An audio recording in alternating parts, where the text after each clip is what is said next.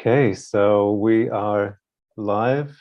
Welcome everyone once again who are here in the room with us on the 5th Global Unity Festival now. So we are continuing our journey, coming together every month, and I'm excited to be welcoming everyone also who may be watching us on multiple channels, YouTube or Earth Elders Facebook group or our event, to join us here in this space. And we will be going through several practical experiences and interacting, co-creating, networking. So you're welcome to join us in the space, and you can do that by just looking in the comments in our live streams, and you should see all the access information there. So today we will have Antonia Daniek guide a masterclass, which will be a practical journey going through tapping into our individual visions and our collective visions. So I look forward to exploring that. And we have also Loic joining from All One Union, from our dear friends who have also been meeting for many months now. I think it's 2 years, right, for these collective gatherings, and yeah, meditating and uplifting in all the different ways. So thank you. And our overall intention is exploring the vision, and each of us have our individual visions for a better world, and it would be interesting as well to explore how those align, because it is ultimately about a better future, right? But what does that look like for each of us? So we're here, of course, with the idea that our thoughts, intentions, and emotional states can create our reality. So we'll be building up during the program up to the peak, where we will come together in a guided experience to elevate our thoughts, elevate our focus, and Loic will be doing that actually at the same time. So this is really the very much intention of this space, is to reach out to all these communities who have been doing this, and just to coordinate our activities together. Because again, our teachers, our wisdom keepers tell us that when we come together, our energy multiplies. And when there's 10 that come together, the effect is 100-fold. When there's 100 that come together, the effect is 1,000-fold. So welcome everyone. And I would love to actually start with connecting with Loic, and please share with us your journey, and yeah, just share what you'll be up to later on today in your gathering. Yeah, thank you, Alex, for the invitation. And it's really the moment for us, for all the artisans of light, to shine and to connect between us.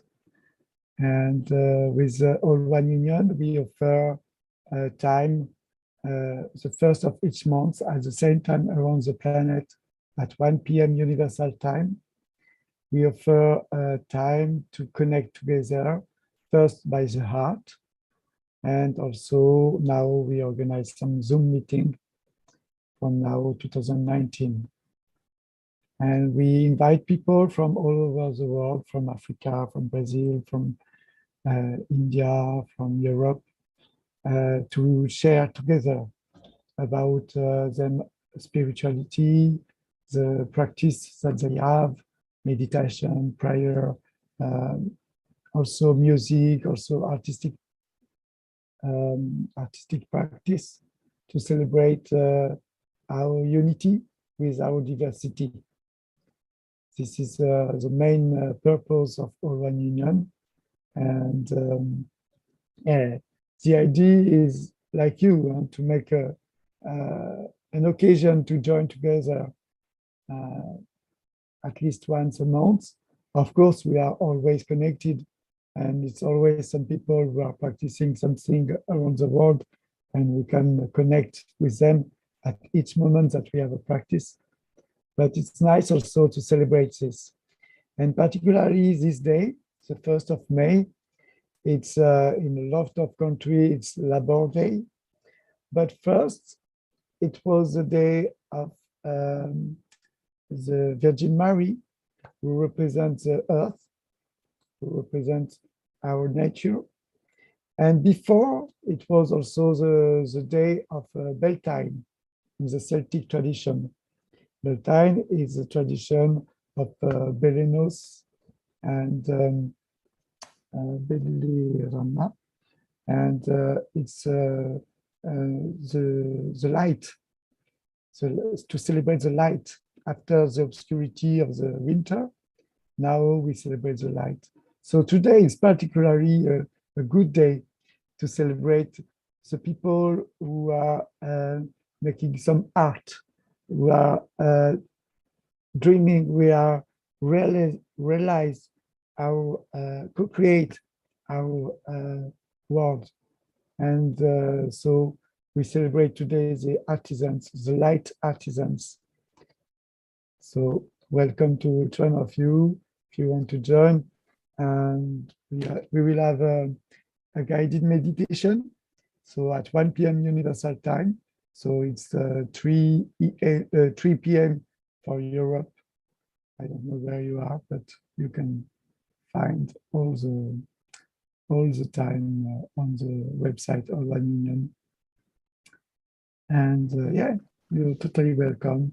We have also the pleasure today to receive the Universal White Fraternity, Brotherhood, from Omran Mikhail Ivanov, who will introduce them and present also the message of this master, who talk principally about unity, about the power of the light and the laser. So laser is to unite our lights together, and we are more powerful, of course.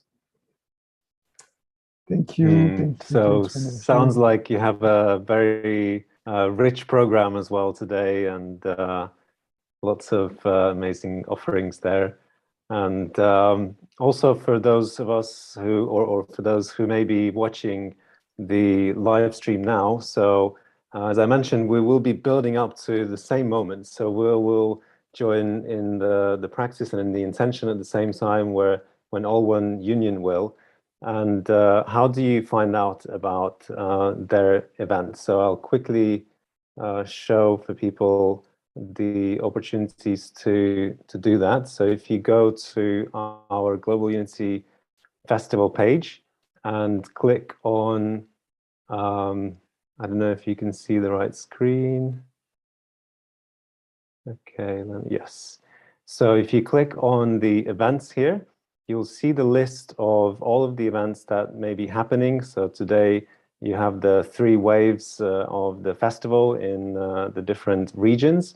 And you'll see here Light Artisans Day. So if you simply click to go to All One Union's event, you'll see all the access links there. You'll see who's going to be guiding the meditation there. So we've created this space to connect and to create this container for all of these wonderful initiatives to be easily found, to be easily accessed, so that we can, generate that maximum impact. So thank you so much, Loïc. And I know Antonia has also participated and guided an event in a similar experience a while ago, right? So I would love to hear if anyone else has actually participated in similar events, and how did you find that experience, and maybe when was that, and who was it, by whom?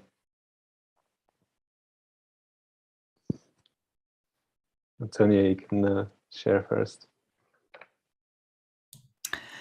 Yeah, thank you, first of all, Alex, that you are continuously sharing your light and sharing your project and bringing this into the light of the earth, like into existence. I was here at the very first meeting.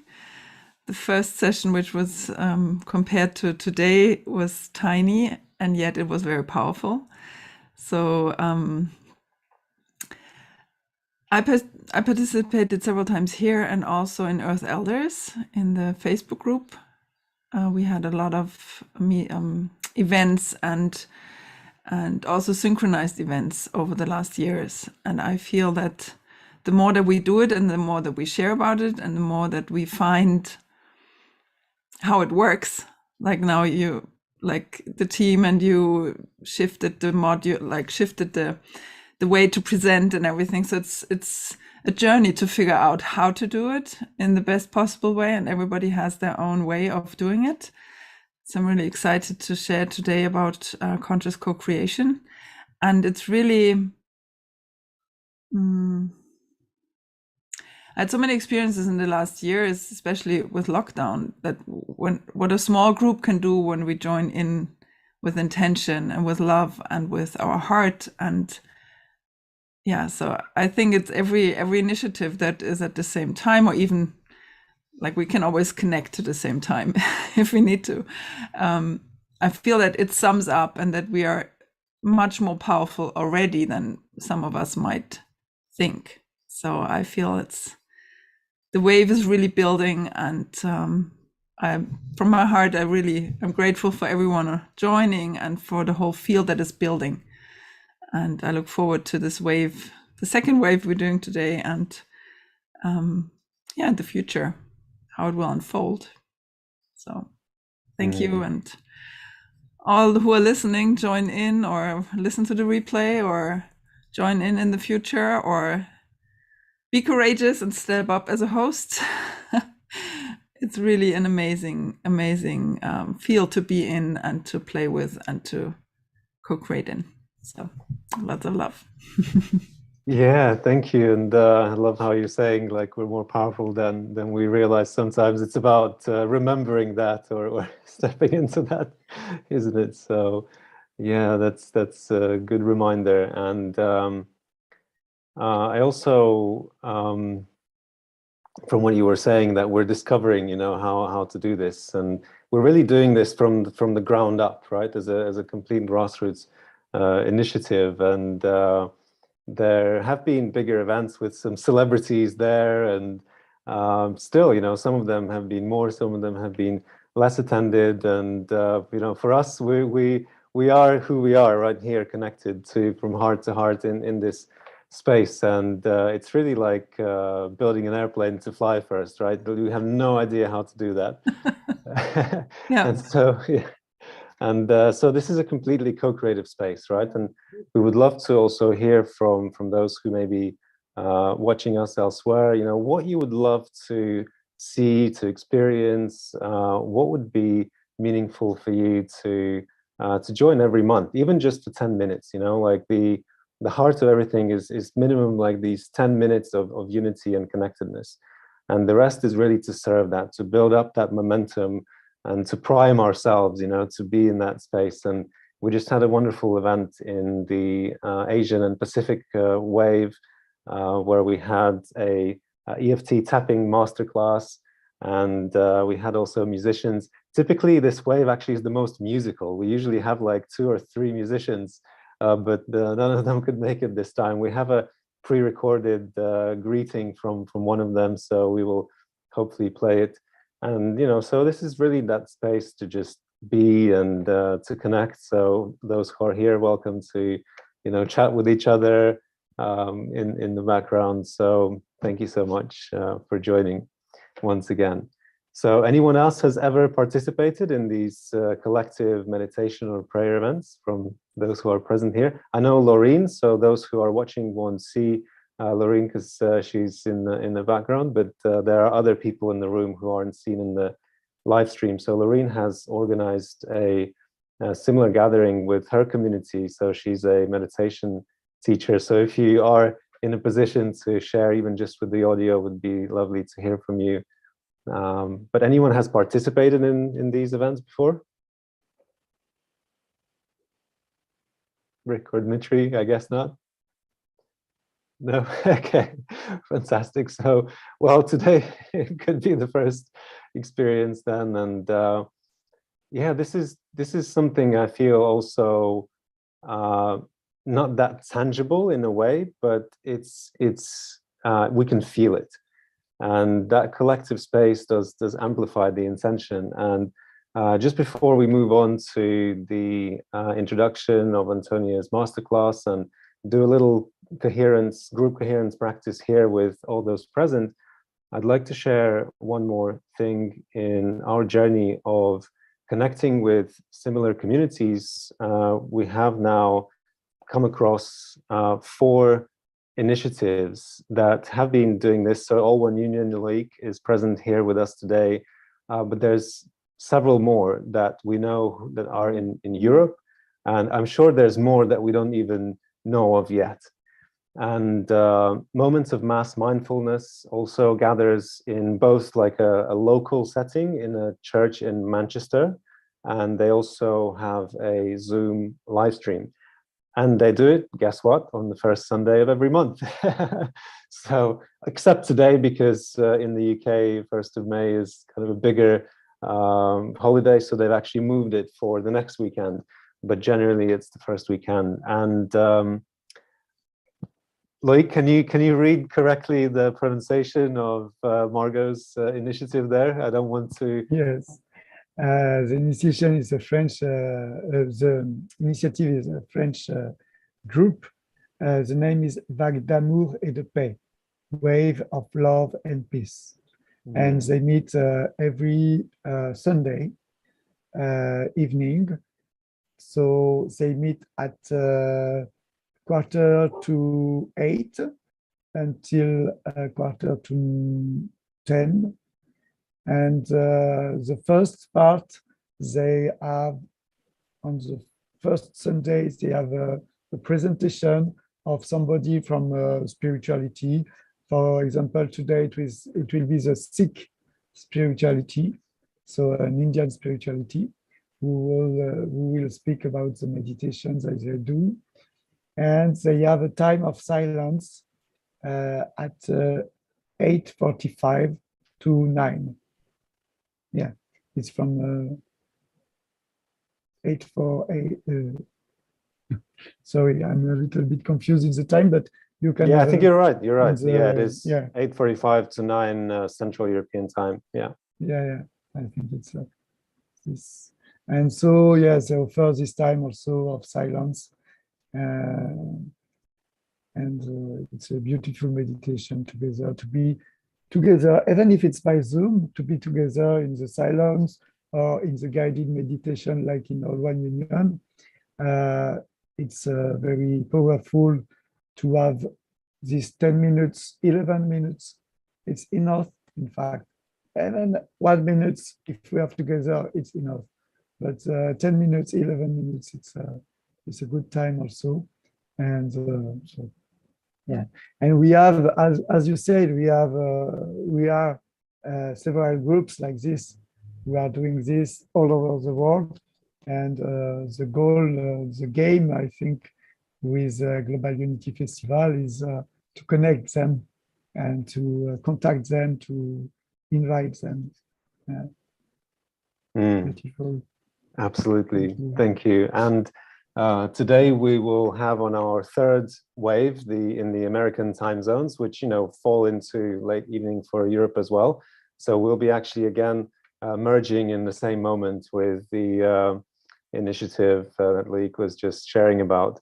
And Dominique also guides monthly meditations on the first Sunday of every month, right? Without really coordinating or knowing about our initiatives, we're somehow choosing these same days for doing these wonderful practices. And today she'll be guiding a meditation with All One Union at their event. And just yesterday, I connected with another initiative in France. So there seems to be a lot of activity in France going on, which is really amazing, because Dominique leads it in French as well. She's in Vancouver in Canada, but also captures the Swiss audience and French audience here. So it's interesting how active it is. And the initiative that I discovered yesterday, they've been meeting for 4 years now, twice a month for, if I understood correctly, between 9 a.m. and 1 p.m. They're chanting Gayatri mantra. Yes. Such a beautiful and powerful commitment, right? And so that's kind of the idea, you know. Let's coordinate. Let's come together and let's synchronize our activities. Let's cross-invite each other, and you know, some who may relate to the Gayatri mantra may join them, and some who may relate to the silent practice may join someone else. And it doesn't matter what practice, as long as we're really elevating our thoughts, intentions, and emotional states. So that's the idea. And yeah, Rick is just saying now in the comments here, Ho'oponopono is a beautiful practice. And the thing is, we cannot do them all at the same time, right, in one stage. So that's why it's kind of really this festival idea with multiple stages. So, okay, let's do a little group coherence practice, and then we will be moving into Antonia's masterclass.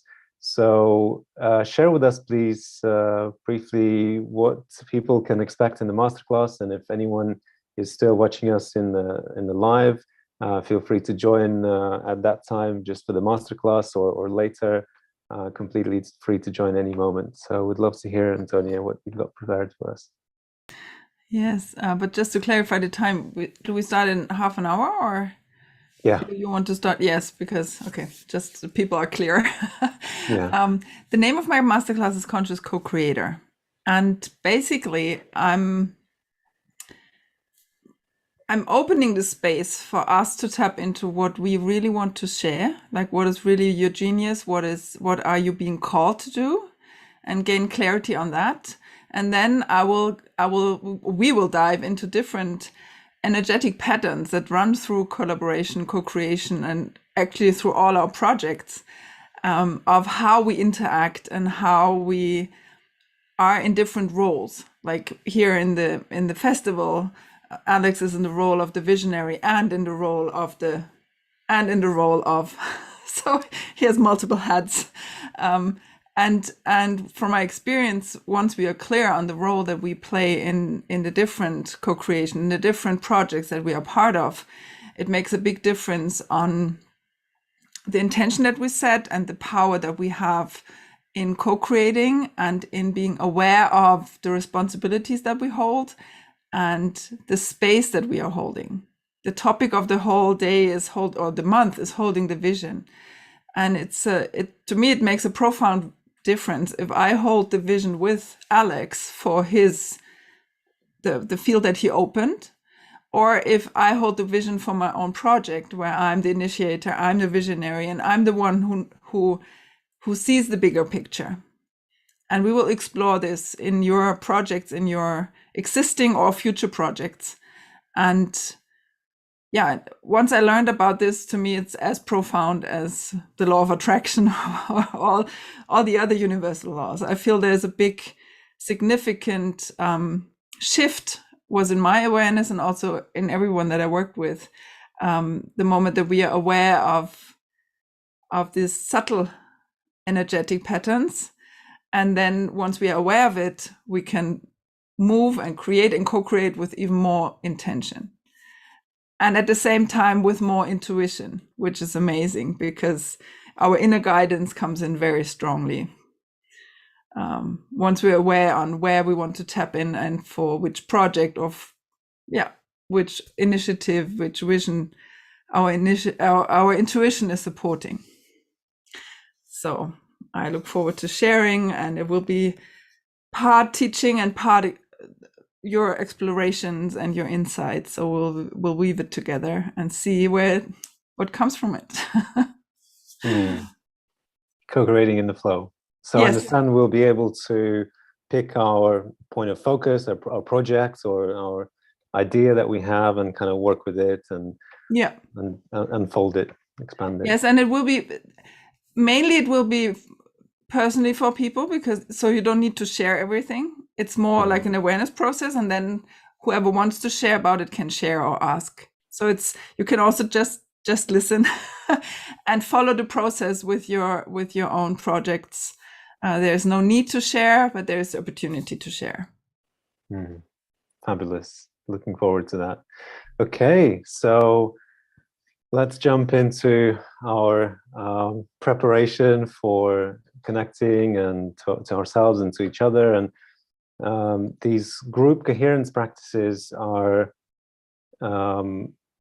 practices that are slowly also entering the kind of quote unquote regular spaces, you know, teamwork and companies, where we don't just get into a meeting and start going through the agenda, right? You know, point by point, you know, just coming from our mind, as Antonia was saying, tapping into our intuition as well.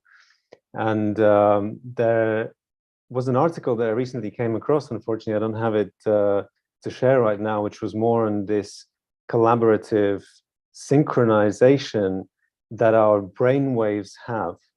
So we know it's not like anything too far-fetched to claim that our brain waves extend beyond our skull, right? Because we can measure brain waves with the EEG machines, right? And they are, you know, they're not penetrating our skull, right? Our brain. They're just measuring the surrounding waves. And what's now being discovered is in these team settings, brain states, brain waves synchronize. So what's the point of that? Well, the point is, first of all, that we are amplifying that that thought, that intention, but we're also tapping into each other's wisdom, a deeper wisdom, that collective wisdom. And the access to that is quite simple, actually. It's deep presence, which simply means, you know, not being somewhere out there in thoughts with our sort of outside life, so with our, you know, problems or worries, but leaving that aside and being really present here in the moment, but also present to each other. And so as a result, we have these synchronizations, not just in brainwaves, but also in breath, and also in the nervous system and in our pulse. And we're still, you know, as a society, we're still exploring what does that really mean, right? So we're kind of exploring it here as well, and experimenting and seeing, you know, how it unfolds and what potential it unlocks within us. So I'll guide us through a very simple practice where we'll just synchronize our breaths, you know, as simple as that. And then once we do that, we'll just connect with each other, really presence ourselves in this space. So as always, sit comfortably. And just take a few breaths in your own rhythm.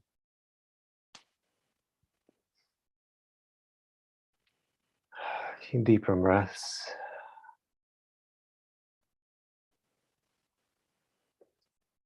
And really, this is also an exercise in directing our attention. And there are so many things that may be happening in your body, around you, so many thoughts. And this is somewhat like mindfulness, just being present to whatever is in your space, in your experience. Directing your attention to your breath.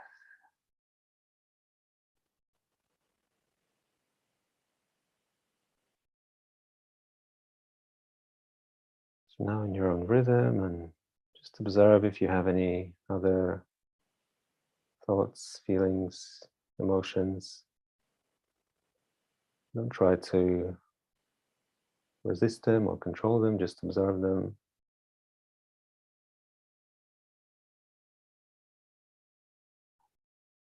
Direct your attention to your breath. And in a moment, I'm going to do a count of inhales and exhales, and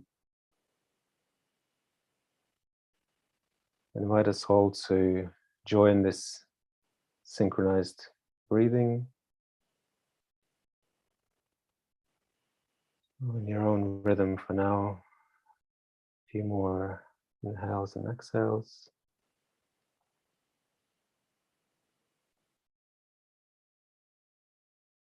And final exhale, and in rhythm together, breathe in, 2, 3, 4, and out, 2, 3, 4, in, 2, 3, 4, and out, 2, 3, 4, in, 2, 3, 4, and out, 2, 3, 4, and continue, 2, 3, 4, and out, 2, 3, 4, and in.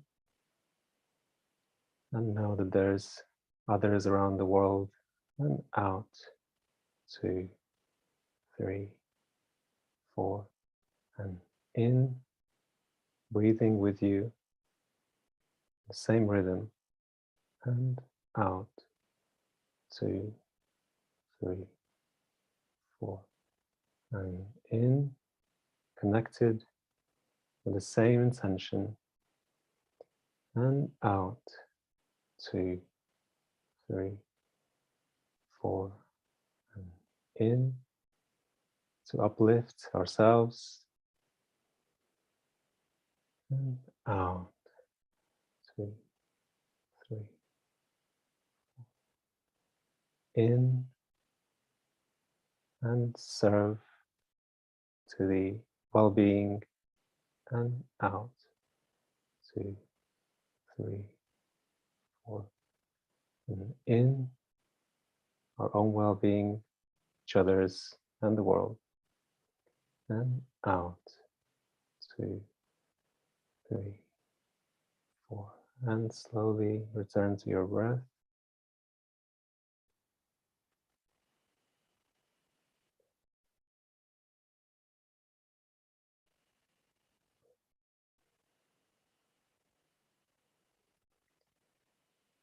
And when you're ready, in your own time, open your eyes, and just for a moment,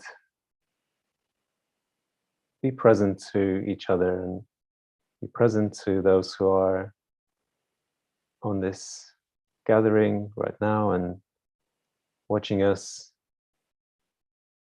in all our different places, in France, in Germany, in the UK, in Latvia in my case, and really connecting in this single intention. And so I invite us to co-create and to flow with the space, and really use this opportunity to connect with each other beyond this space as well, and see if something arises. And we have our wonderful Earth Elders community that has many different offerings throughout the month as well. So I invite us to just connect and explore and co-create.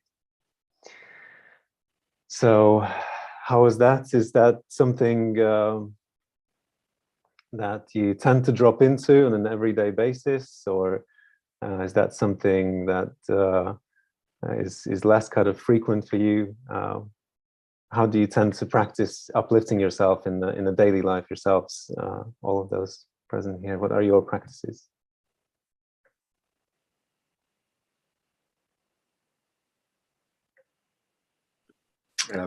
Breath, focus, just meditating the whole time, really. Being aware of everything that comes up, being very focused and being very clear on the context that I'm in, which Antonio was alluding to earlier in terms of roles.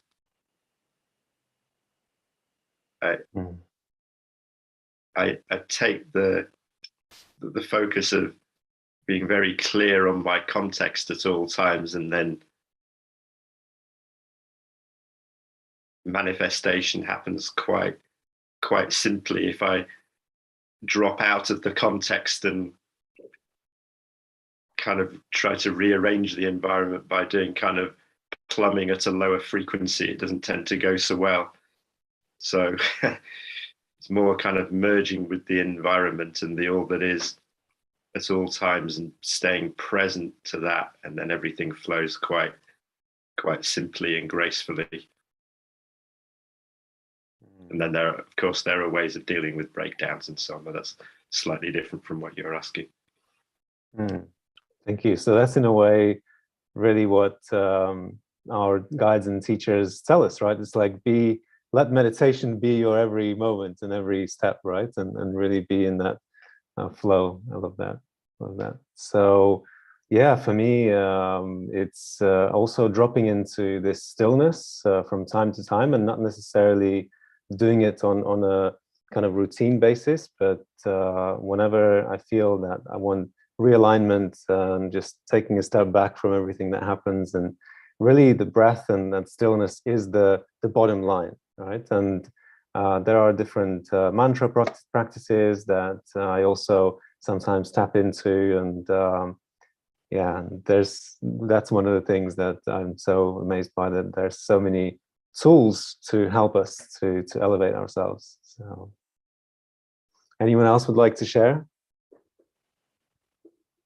Yes, with pleasure. For me, I'm practicing some sun salutation from Babaji. I'm doing also some breath work, ego release. The name is ego release, to release the ego, to let go. And also I am animating some Om chanting circles. I'm doing some Om chanting circles with people in my tone. It's very good for the vibration of the land, of the earth, and for ourselves to harmonize our energy, and also to visualize and to understand the game where we are. It's helped to take some distance on the game. Each time it's something happens, okay, it's an occasion in the game, and what it is for me, what it is in my game, in my part of the game, of the life. And yeah, principally it is also some mantra, Buddhist mantra, Indian mantra, to chant. It's helped a lot. It's helped a lot to chant some mantra for me, to harmonize and to come back. And also, just to take the time in silence, in meditation, to breathe, observe the breeze. It's good. Such a rich toolkit. It's like a whole list of different practices, and some of them sound very intriguing. So perhaps we could at some point arrange deeper exploration, and perhaps, yeah, you could introduce us to the teachers of some of those practices, and we could co-create with them and invite them to lead a masterclass here as well, or a meditation. I'd love to explore that. Yes, very good. Thank you. Antonia, were you about to say something as well before? Yes. For me, it's also a big part is connecting with nature. And I have some amazing indigenous teachers, wisdom keepers. And I tend to learn a lot and then see what really works for me. And one piece, for example, is really connecting with the earth with my bare feet. It's like earthing or grounding, or however you call it, with a meditation to really bring me back into the present moment and to release what is not meant for me. So I really resonate with what you said, Rick, with this being present in the moment. And I feel like when I connect with the earth, for me, it's easier to be in the moment. And with 3 kids and life happening and everything, yeah, there's always so much in all the different timelines of the people that I'm really closely intertwined with, that can also end my work and everything else and what happens in the world. So connecting with the earth really helps me. And it's also combined with breath, which I think is always one of the, it's interwoven in so many different techniques that sometimes it's not mentioned, but it's still there. Mm. Because the moment that we are present and that we reconnect, the breath shifts, even if it's not a breathwork technique. And I really feel, I grew up in a Buddhist environment, so I grew up with with all this, and some of the mantras stayed with me, and some of the I wouldn't call it mindset, like heart set. It's like this looking at the bigger picture, being there, being present, breathing, connecting with nature. It can also be a tree, or it's very different, or just going for a walk, being aware of what the animals do, what the clouds do, so, or the thoughts that come in. So it's really being present with where I'm at, and also present with sometimes the question that I have. So I always say I hold in my heart, and then I'm aware of the messages I get. I'm aware of the thoughts I have. I'm aware of maybe signs from nature or from other people. So it's for me, it's a lot with nature. And even if I'm not in nature, I can still connect in my like in spirit. Yeah. I love that. Yeah, that's a good reminder. And I'm sure each of us like to go somewhere in the nature, in the parks, and it's of course very grounding. And yeah, that's ultimately the frequency that we're within, that we're kind of living on, right? And when we sometimes go too far into the cities and the concrete jungle, then we sort of get out of tune a little bit. So yeah, thank you so much for sharing that. Okay, so as we move now slowly closer to the masterclass, I would like to share the musical intermission for us just to kind of play a little bit in a different, lighter space. And I will share a video from one of our dear hosts, and I will just like to ask you to let me know, because previously I had some issues when clicking optimizing sharing for a video clip. Actually, it was showing it worse than without that. So hopefully it will be fine. If not, I'll have to play it again. So fingers crossed it works well. Okay.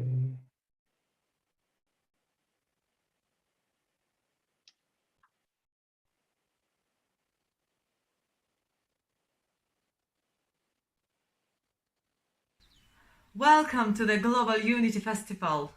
I cannot be with you live, but I prepared for you the song which is in alignment with the theme of this month, keeping the vision. Keep the vision of your future, of the future of our planet, bright and beautiful, because it's up to us to do that, and each individually can add the good vibration to the pot. So let me share with you the song called Where to Go. And this is one of my songs which emerged from the quest, from questioning. Okay, yes. Unfortunately, I'm just checking the live stream, and it is doing the same error. It freezes the shot, so I'll have to turn that setting off, and we'll continue. The audio, I think, was clear, but we should come back to video. And one day the song like that came.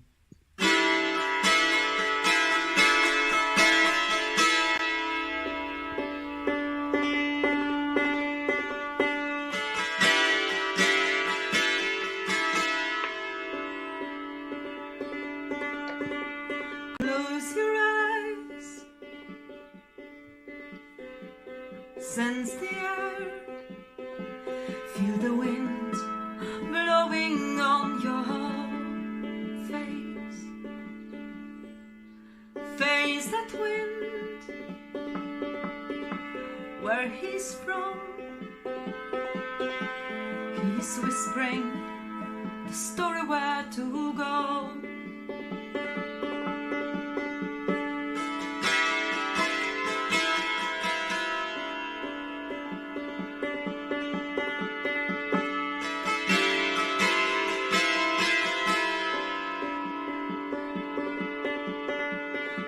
Close your eyes,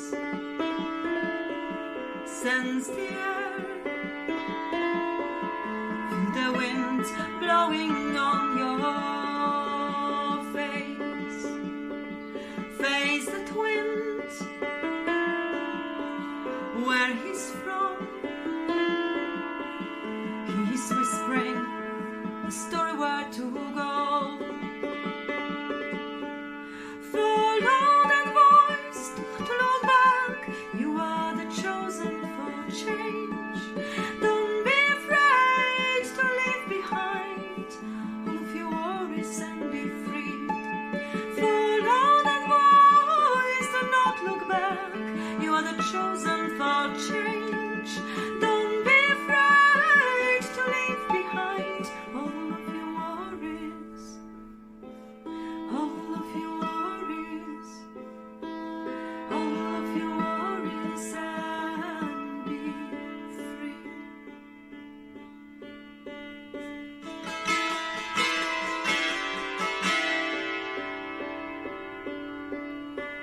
Close your eyes, sense the air, feel the wind blowing on your face. Face that wind, where he's from. He's whispering the story where to go. Follow that voice, don't look back. You are the chosen for change. Don't be afraid to leave behind all of your worries and be free. Follow that voice, do not look back. You are the chosen for change. Don't be afraid to leave behind all of your worries. All of your worries.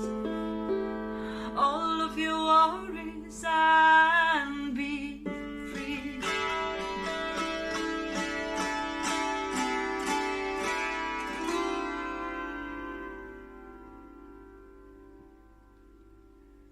Thank you very much. For me, the vision comes from being with nature. And this beautiful instrument connects me with that. This is the hammer dulcimer. I hope that you enjoyed my little gift for today and enjoy the all day. And please support us, share, and be with us. Lots of blessings.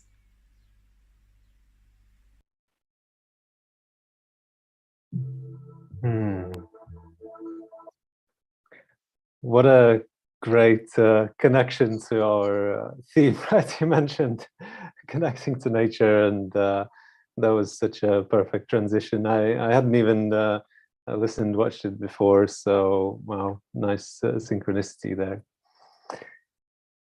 Okay, so I'm happy to move into our masterclass gradually, Antonia, if you're ready to lead us into it, and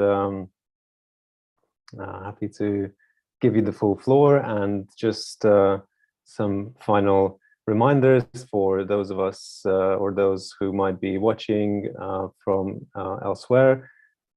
There's opportunity to join the masterclass directly, so you can engage with Antonia and ask some questions and work on your vision or your idea and interweave it with us together. So simply follow the links that will be in the comments in all of our live streams, and you'll be able to join our room here. And you can always just disable your video and by that not appear in the live stream, but still engage with us. So you're welcome to join. And after the masterclass, we will be moving into our peak time, into our synchronized meditation, and Loic at some point will also go to his event.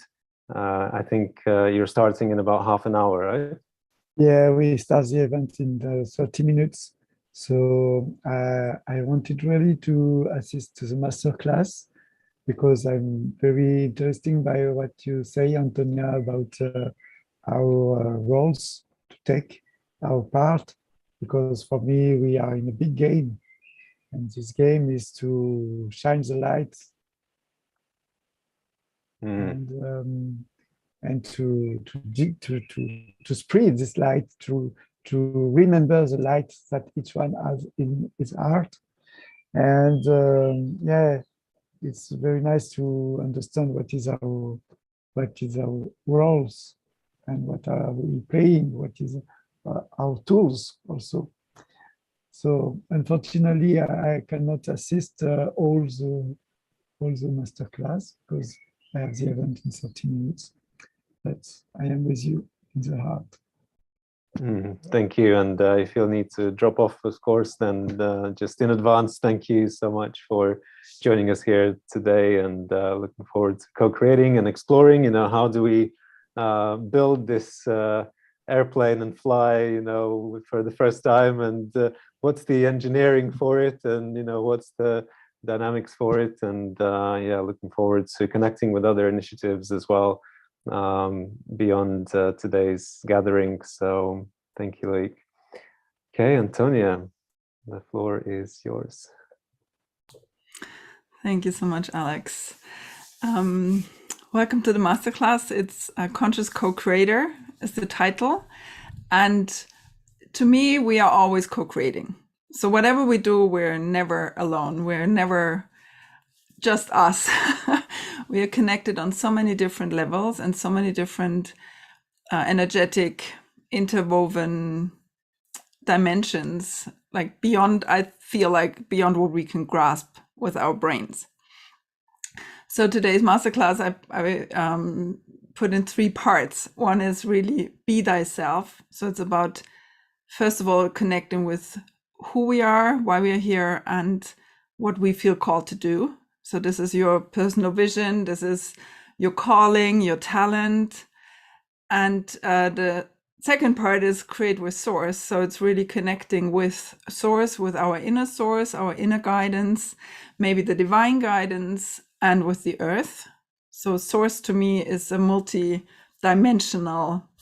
I still see you big, Alex. Not sure if I'm. You may just need to click from your side. Yeah, I know sometimes it switches when I do spotlighting to speaker view. So okay, so if people see me, all fine. Yeah, if you click on gallery view from your side, if you can find it, top left, yeah, the right okay, corner. Good. Yeah. Just wanted to.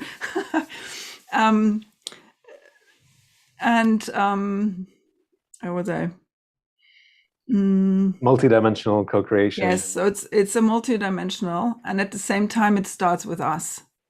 So we are the universe, and at the same time we are this one moment in time where we can take decisions, where we can make choices, where we can consciously hold our intention on the present moment, and we can act with intention. Yeah, so that's the moment that we actually can do something. It's just the present moment. We cannot do something in the past. We cannot do something in the future. We can do something now. And even if we want to heal the past, it still happens in the now. Or as others say, there's only the present moment, there's no past and no future. But I really would love to invite you to embrace this moment that we have now. The present moment is the one moment that we can act, that we can make sacred, that we can create and co-create, so that we have a different future. So I see we have a lot of timelines that are possible. And by tapping consciously and with intention into positive timelines, into co-creating with people whose vision is aligned with ours, whose values are aligned, then we can co-create this new earth in a way that is aligned with what we wish for. And at the same time, the whole co-creative process is very inspired because we are with like-minded and like-hearted people, like we are here.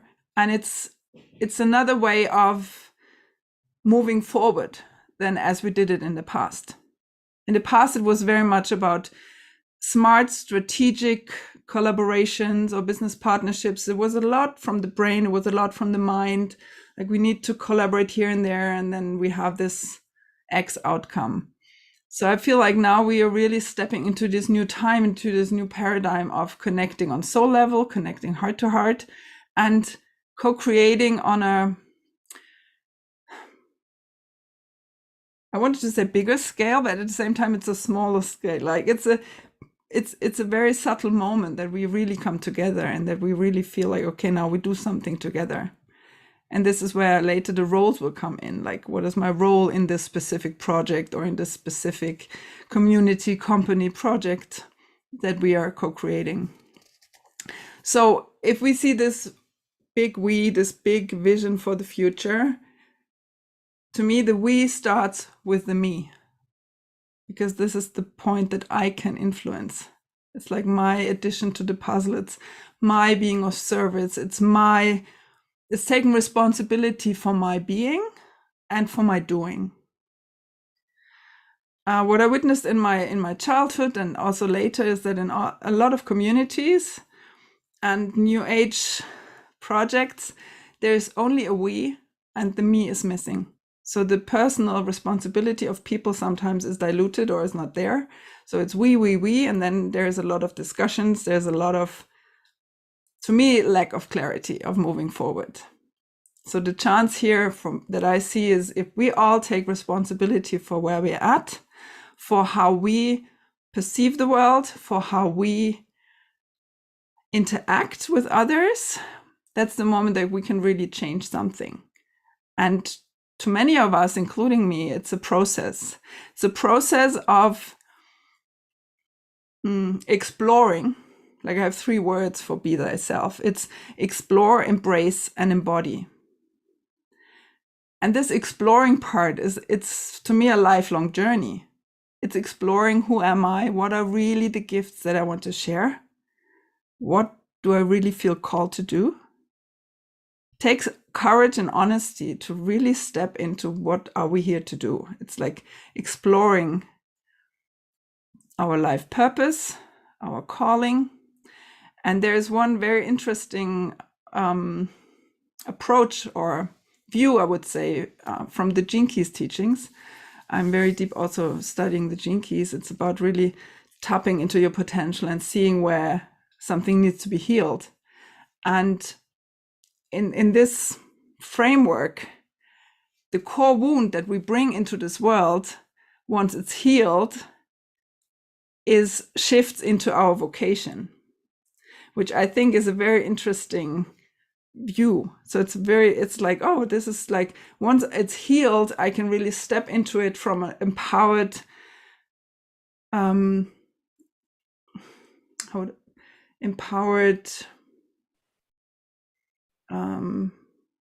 essence. Like, then I'm whole, then I'm not triggered, and I'm not helping others because I'm still wounded or I want to overcome something, but then I'm aware of, maybe I'm still aware of my wound and I'm still healing it, but I can create and co-create from a different point of beingness, right? And then when we embrace who we are and how we are, and when we are aware of also the triggers, because there will always be some triggers, but the moment that we are aware of, oh, this triggered me, and then we can reflect on it, we can contemplate on it, we can heal it, we can work through it with whatever method we have, that's the moment that we are even more able to create and co-create consciously, because we're not just reacting, we're not just putting something out there because something was triggered. Yeah, so it's part of embracing who we are and healing, doing the inner healing. And once we are, I think we're never maybe completely healed, but once we healed a big part of it, we can embody who we are. And that's the moment that just our beingness shifts something in the world. And to me, this is the beginning. It's where we begin to radiate more light, more love. And very often I feel it's very precious to remind myself and others that being yourself is already a gift to the world. Because sometimes we are stuck in doing, like we are stuck in, I need to do something. So the moment that we start with, okay, being me is part of my gift to the world. Embracing this, embodying the life experience that I had, embodying the story that I have in this life, and stepping out of victimhood into this self-trust, into this self-responsibility, into being, and then I can act with intention and I can create something. And at this point, I would, if you have a pen, like I invite you to participate on a little exploration for your own with some very simple questions. And if there's no answer, it's fine. If you write down five words, it's fine. It's just the beginning of an exploration that will run through this whole masterclass to just make you aware of different points where you're at. And maybe later you will discover some points where you want to go deeper afterwards. So the first one is a very simple question, is like I love to be ... It's like locations, like nature, or with specific people. It's like, what is really a moment where you love to be? Yeah, so I just wrote it down. Just note some moments where you feel your soul, where you feel your heart. Just, I love to be. So it's more like, as you're saying, locations or with people, or like the state of being, as in like an emotion? Can also be state of being, like connected or feeling connected, or it's very different, I think, to different people. It's just what's come. If something comes up, if nothing comes, it's also fine. It's a state of being with people or being with yourself.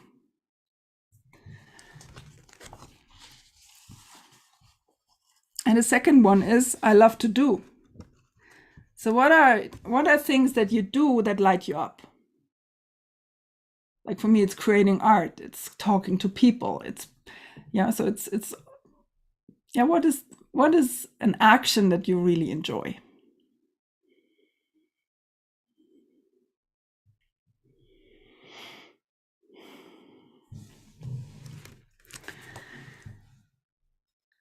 And now we take the doing a little further. And it's,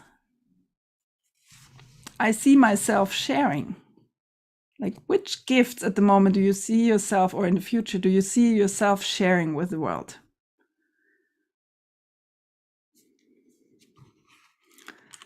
Can be a service you offer. I see myself sharing. It can be a project you have. It can be regular meditations like we heard.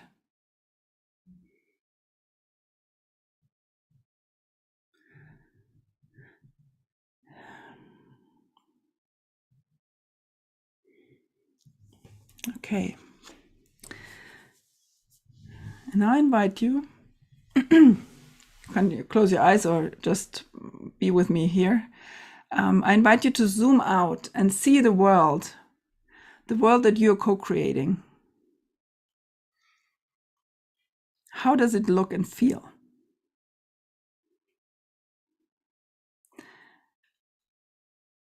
I see the world healthy, abundant, interconnected,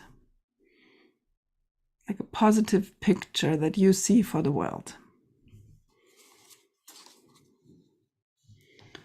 Just have everything a little, so because the chat does not everybody see.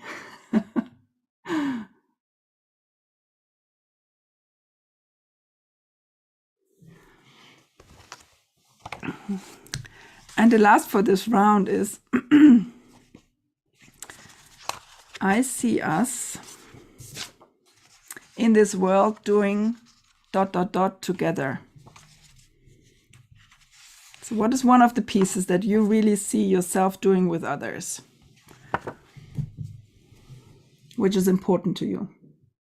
Because there are different areas in life where we do things with people, or with animals, or with nature. So just feel into, is there one area where you feel that's where you're called to be interacting with people?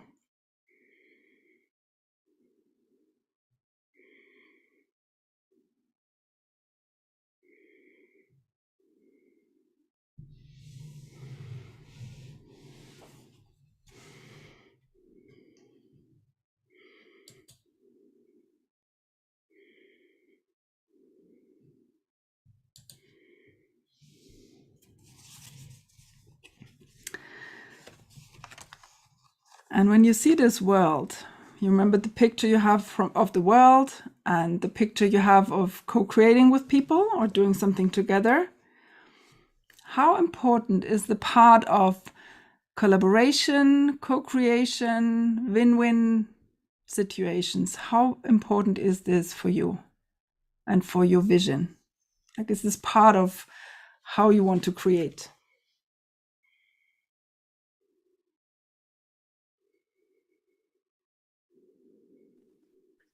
So again, I'm going to spotlight you so we can see that. So how important is co-creation, win-win in your vision? In your vision. Like, is this an important part? There's only one right answer to that, right? Well, it depends. There are people who are really called to be creators. Like, some people, they are really called to create, like art or music, and they're sitting in their cave creating. And then they're still co-creating with the universe, with source, with everything. But it's not part of their calling to purposefully co-create with other people. Yeah. And at the same time, for many of us who are here present or who are partaking in this kind of festivals, for them it might be very clear, yes. Yeah.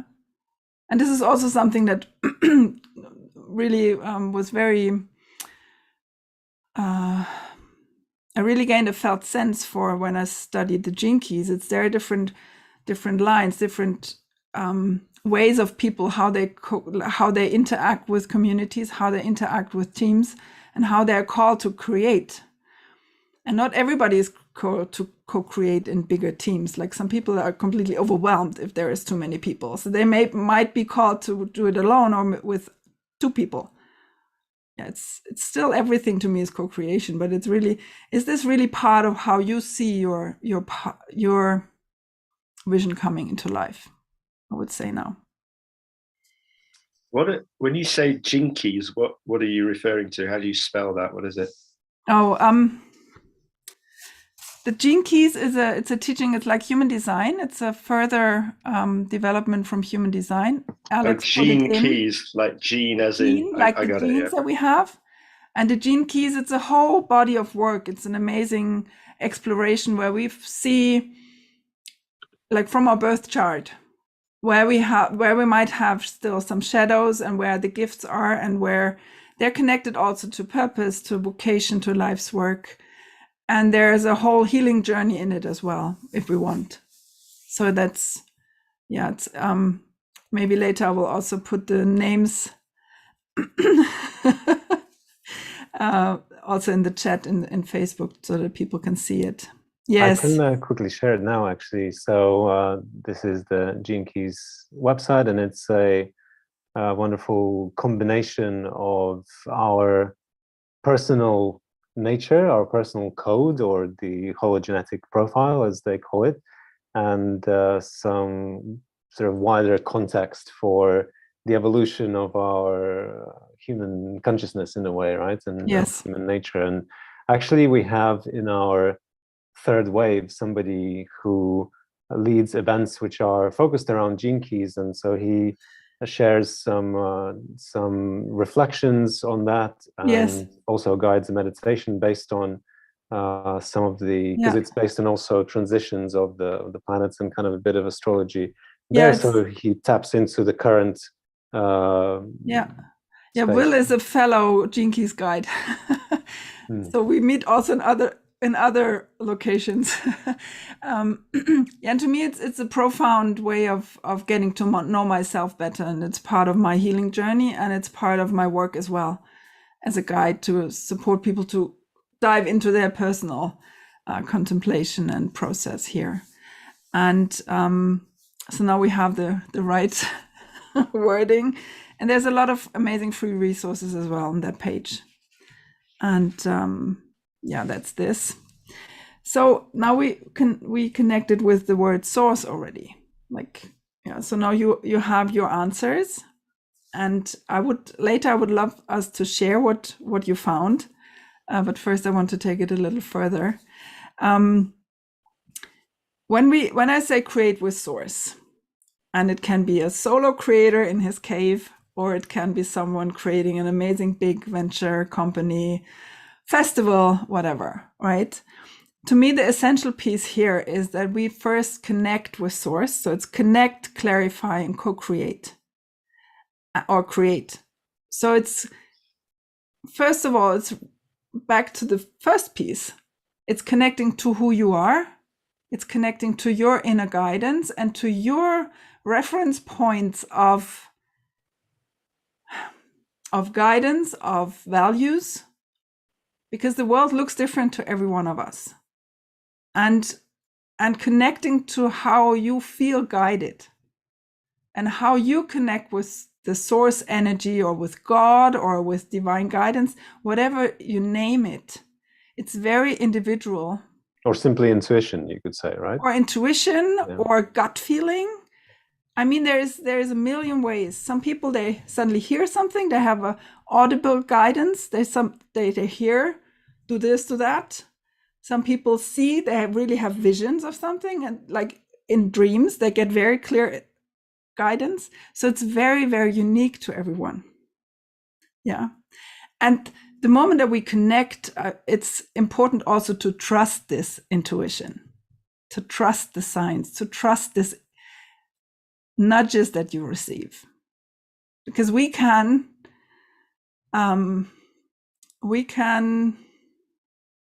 push them aside, we can doubt them, and the more we do that, the harder it gets to really connect and to follow the signs, right? So as a child, I always made wishes to, can you please, I wish this and that, and can you please help me, like send me signs, help me understand them, like see them, and support me in following them. Because this is the third piece. It's like we can see the signs, we can be aware of them, and then do we act upon them? Do we follow this unique path? Do we trust this inner message, and do we act upon it? So connecting with the inner guidance, self-trust, and also connecting with the possibilities that come. Sometimes there are possibilities right in front of our eyes, and we don't see them, and we cannot act upon them because they are not what we imagined how it would be. So it's really, it's being open to the signs, it's being open to opportunities, and open to also people inviting us to something that we didn't expect or that we don't know how it will unfold. Like last Sunday, I was on a plane and got off it, and before I had a conversation with a beautiful lady, and when we got off the plane, she said, what do you do on Tuesday afternoon? And I'm like, I don't know. Do we speak? And she says, yeah. Do you have 1 hour? I will interview you for Los Angeles Tribune, like an international show. And I'm like, sure. I had no idea about the show. I researched later, but it was like, I said, okay, let's do it.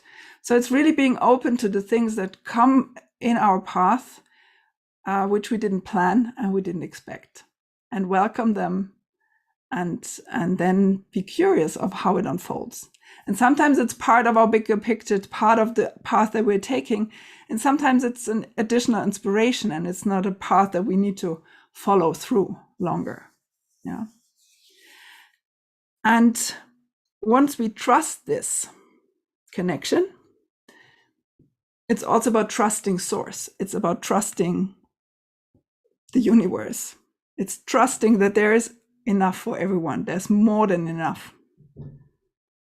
Yeah, and trusting the bigger plan, this bigger picture that we, with our human brain, probably not fully understand. Yeah. So once we take the leap, take the step without exactly knowing where it would lead us. And Alex, you're just a perfect example here. It's like you have a calling, you feel called to create something and you don't know how it will look in a year. Yeah, so it's completely different from how we created projects in the past. There's no big 5-year plan with all the steps. There's a direction, there's a vision, and there's a team of people coming together to make this happen, however it will unfold. Like we hold this together, we hold this vision with you, Alex, and we're all curious and we're all part of it. And we're all part of, like, we will come to the roles in a moment. We are part of this. And at the same time, we are following our own vision, our own calling, because it's aligned. Yeah, so I can do something here in the festival and I can do something in my own projects.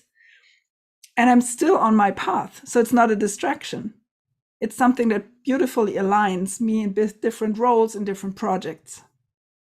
Yeah. So it's trusting also that we are at the right time, at the right place. Yeah, because we have so many options. And with the science from the universe, I had a beautiful conversation last week. Because one lady, she said, I think I missed this opportunity.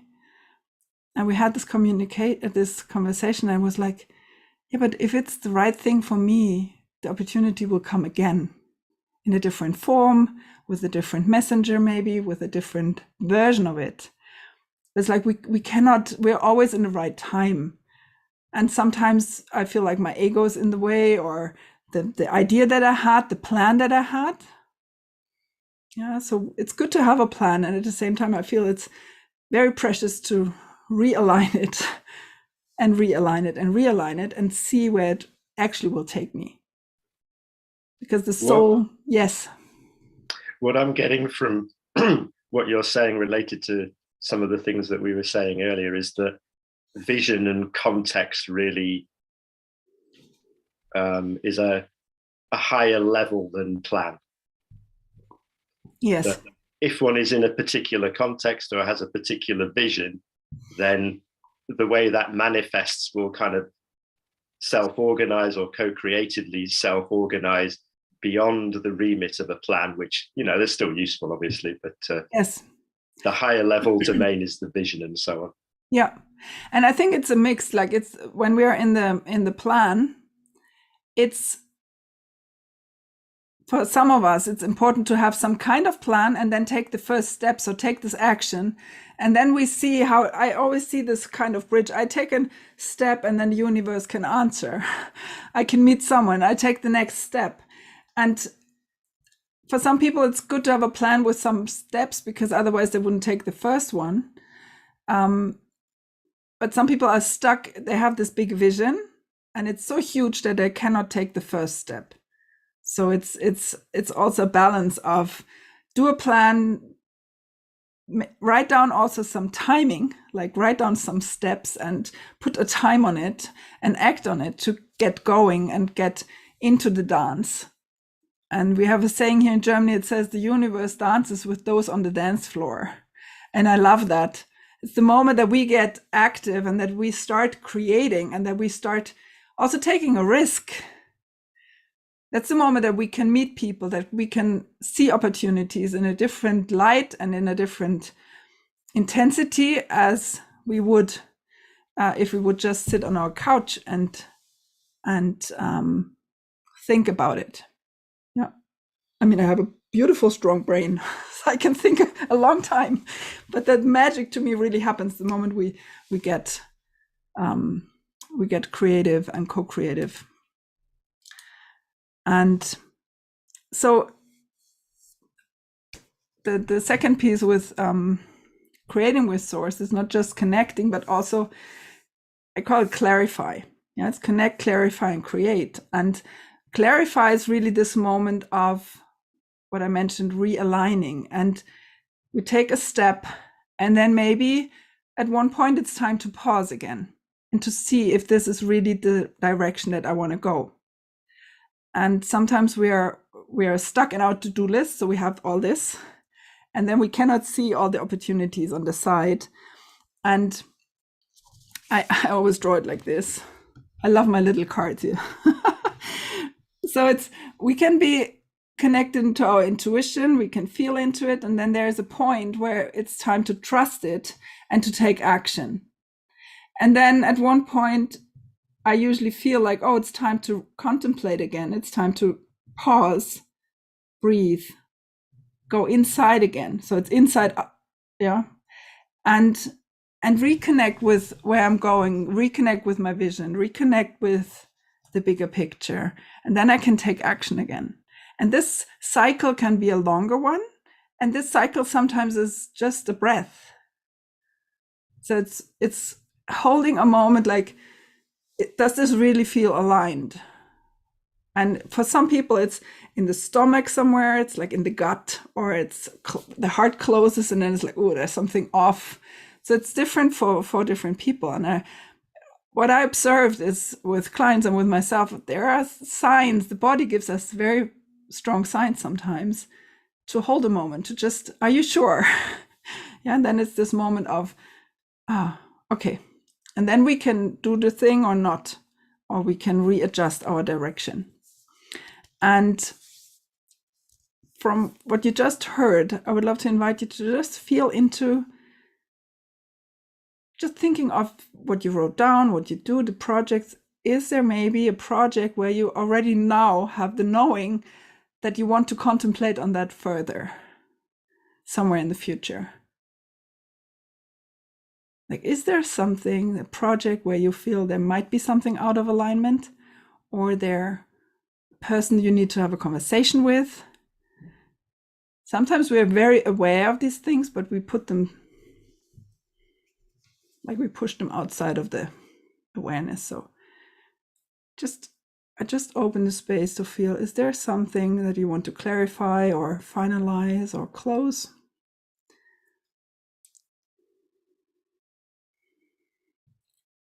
And again, you don't need to share it here. It's just being present with it.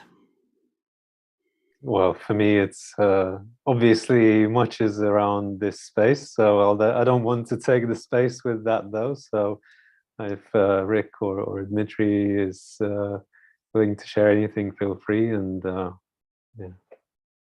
yeah. So yeah, it's and sometimes it's like I purposefully take time sometimes to journal on that.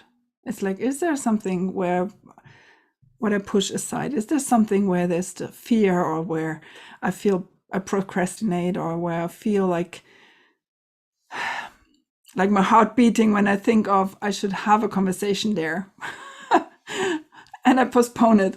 Yeah. So it's just an invitation to put your awareness once in a while on this. Like, is there something that wants to be looked at?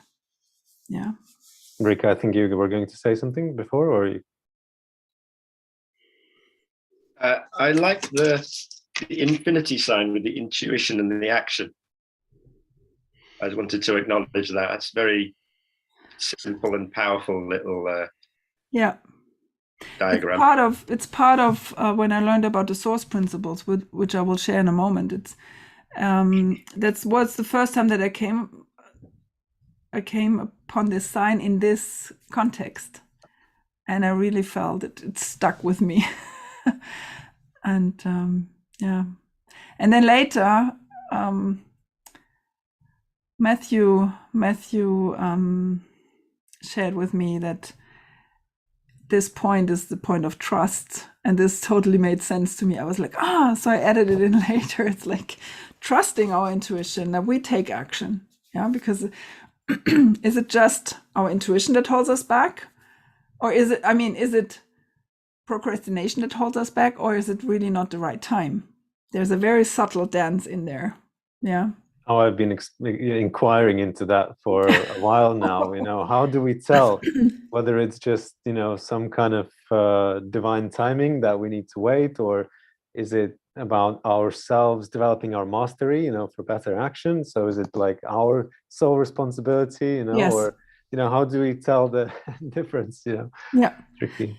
And this is really a very, very subtle And I feel like there is no right answer for everything, because it's like in every moment it's different. Like in every situation, it's a very personal exploration. And what I feel is like when I think of it, like I watch my body and I see, how do I react? Is it really fear, or is it more this feeling of this is too big? Like, do I feel the big presence of the vision, or is it like I feel called to jump, and at the same time I feel some fear somewhere? So then it's like, oh, maybe then it's really time to do it. And then I still can, I mean, we always can change our decision later as well. Sometimes doing it a bit helps to find out if it's the right direction. Like taking this first step, and then we can still see, is it the right direction, or is it just the one step that we needed to get clarity on? That's the right way, because then suddenly we're connected with our energy again. That's what I witnessed. The moment that I follow my vision, or I speak my truth, or I speak about my core topics, I'm in the flow of the energy and I feel it immediately. I think when we learn to recognize momentum, then patience can be acknowledged and recognized as being an element of that that's actually very important. And there's kind of fear, and then there's love and the vision. And once we learn to distinguish between the two, yes, it becomes easier. And there are little techniques and systems to be able to determine and balance the intuition with practical, grounded. Exactly. Yeah. And again, with all the techniques, it's so important to me, it's exploring several of them, and then really finding what helps me when. Yeah. So it's about us stepping into our unique path, taking the action that we are like, that shows itself. And this is create or be a source. This is really when we are connected with our path, and we have the courage, like the clarity and the courage to move forward and to do it differently from others. Because our habits and our brains are so trained to be like others, to do it in the same way. So the moment that we step on our own path and we create and act and initiate with intention and intuition, and take this next step that we see, usually we are getting uncomfortable for the people around us. And that's something that we have to face. Yeah, like the old friends, or maybe some of our families, or we want to change career, and then our parents step in. So whatever is our path that we're taking in the moment, it's being prepared to be uncomfortable for others, being prepared to be questioned, and still trusting this inner guidance and taking the steps. Yeah. I wanted to acknowledge Veronica, who's watching us live now on the live stream. She's saying often we wait too long to take the step, waiting for the perfect conditions, etc. And she says, needed to hear this today. So yeah, it's very much on. Thank you for being point. here. Yeah. Thank you for receiving. It's really, and I feel like one thing that we can always also pay attention to is to create an environment, or join an environment which is supportive, where already, like here, we all have a positive vision for the world. We are all like, we have, maybe not all our values are the same, but we have similar values, similar visions. So being in a supportive environment helps, on one hand, helps us to actually take these steps.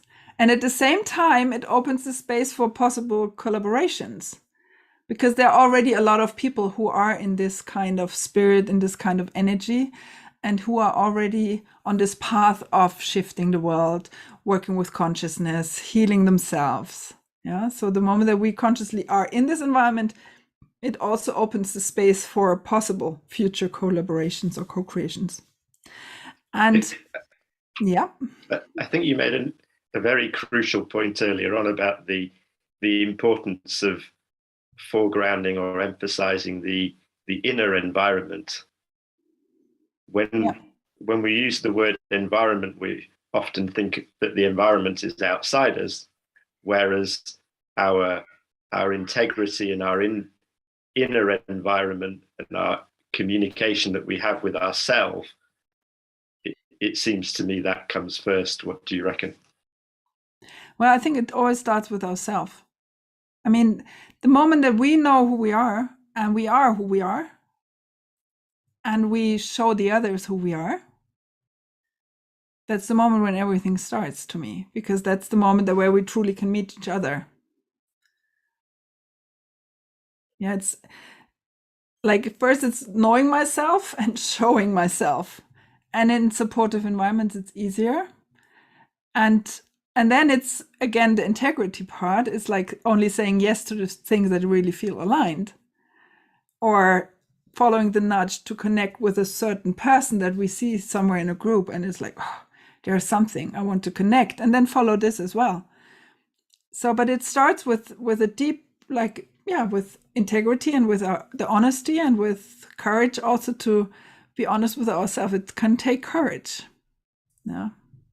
Or the reflection about where do we procrastinate and where is it really time to pause. I mean, this is all the big game that we have internally.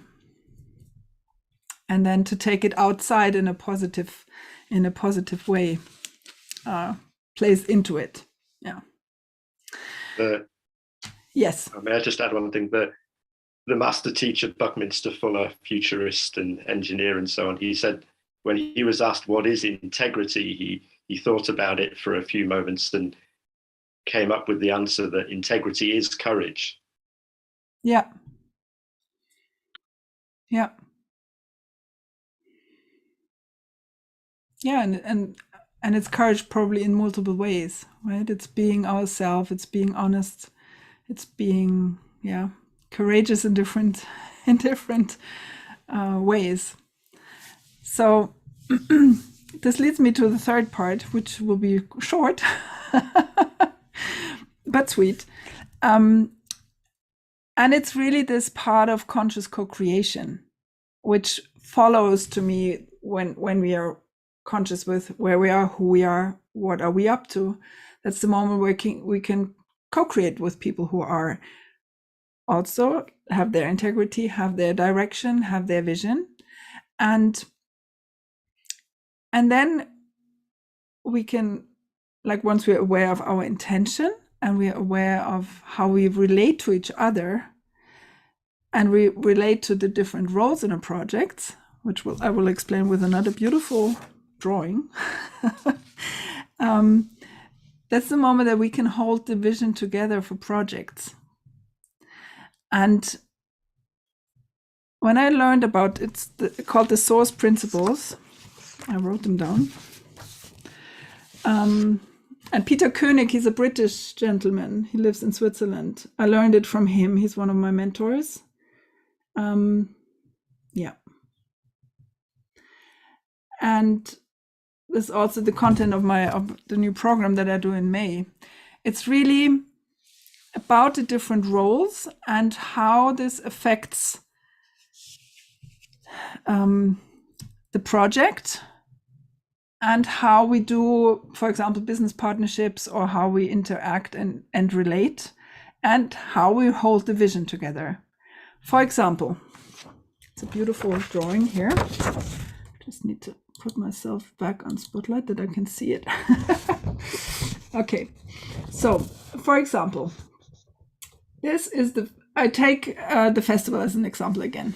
Alex, you're my favorite example. So the black circle is the whole festival idea. And the blue here is Alex as the founder, as the visionary. And obviously, when we start an initiative by ourselves, at the beginning, we have multiple roles. So I don't know how many roles you identified, Alex, but probably there's a lot. And I don't know. Handful, yeah. Yes. So for example, if you would be the one, I don't know for your project, but if you would be, for example, the one also doing the tech, very often in the beginning, entrepreneurs, they also do their tech. And maybe they have some people supporting them in there, but they are also the specific source for the technical, how it comes into the world, the technical version. Or maybe someone else steps in and is the one who has the vision and the knowledge to do the marketing. Yes.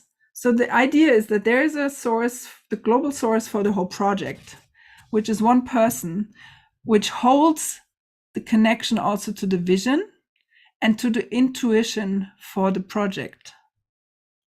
And this is a piece where I found in startups, it's so much easier to follow the intuition of the founder. And the moment the project gets bigger, it's harder to follow through, because then suddenly we have departments and we have a lot of different hierarchical roles. Yeah. And when we look at the different roles, or here we have, for example, someone, for example, doing social media, it's maybe another person, and it's important that they are all aligned with the overall vision. Yeah. So if they're not interested in co-creation and in synchronized energies, they wouldn't be in this field, right? They would be somewhere else. They would do their own thing somewhere else. And this here, it's a little example for when you have co-founders. What Peter found is that usually there's still only one person who took the first risk, and there's only one person who has this intuitive connection to the vision.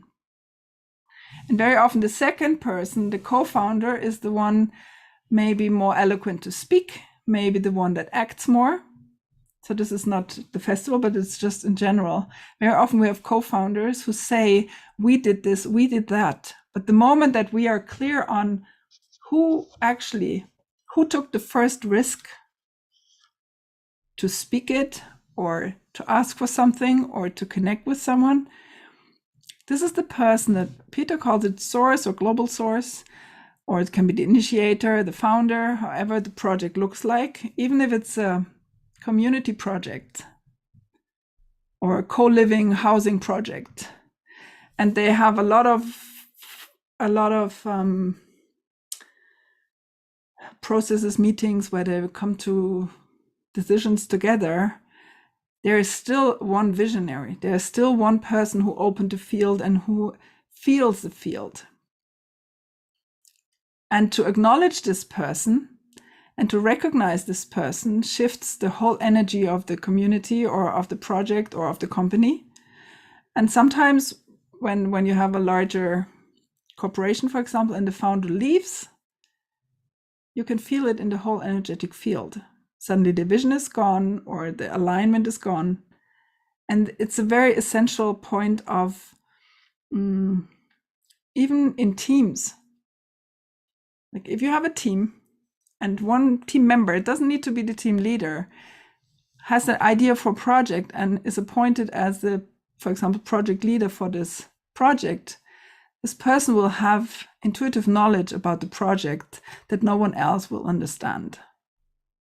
So whenever there are decisions, maybe, how would I say, it takes too long to take a decision. Very often it's very helpful to go back to the source of the idea of this specific project or company and ask this person, because very often they usually they intuitively know the answer.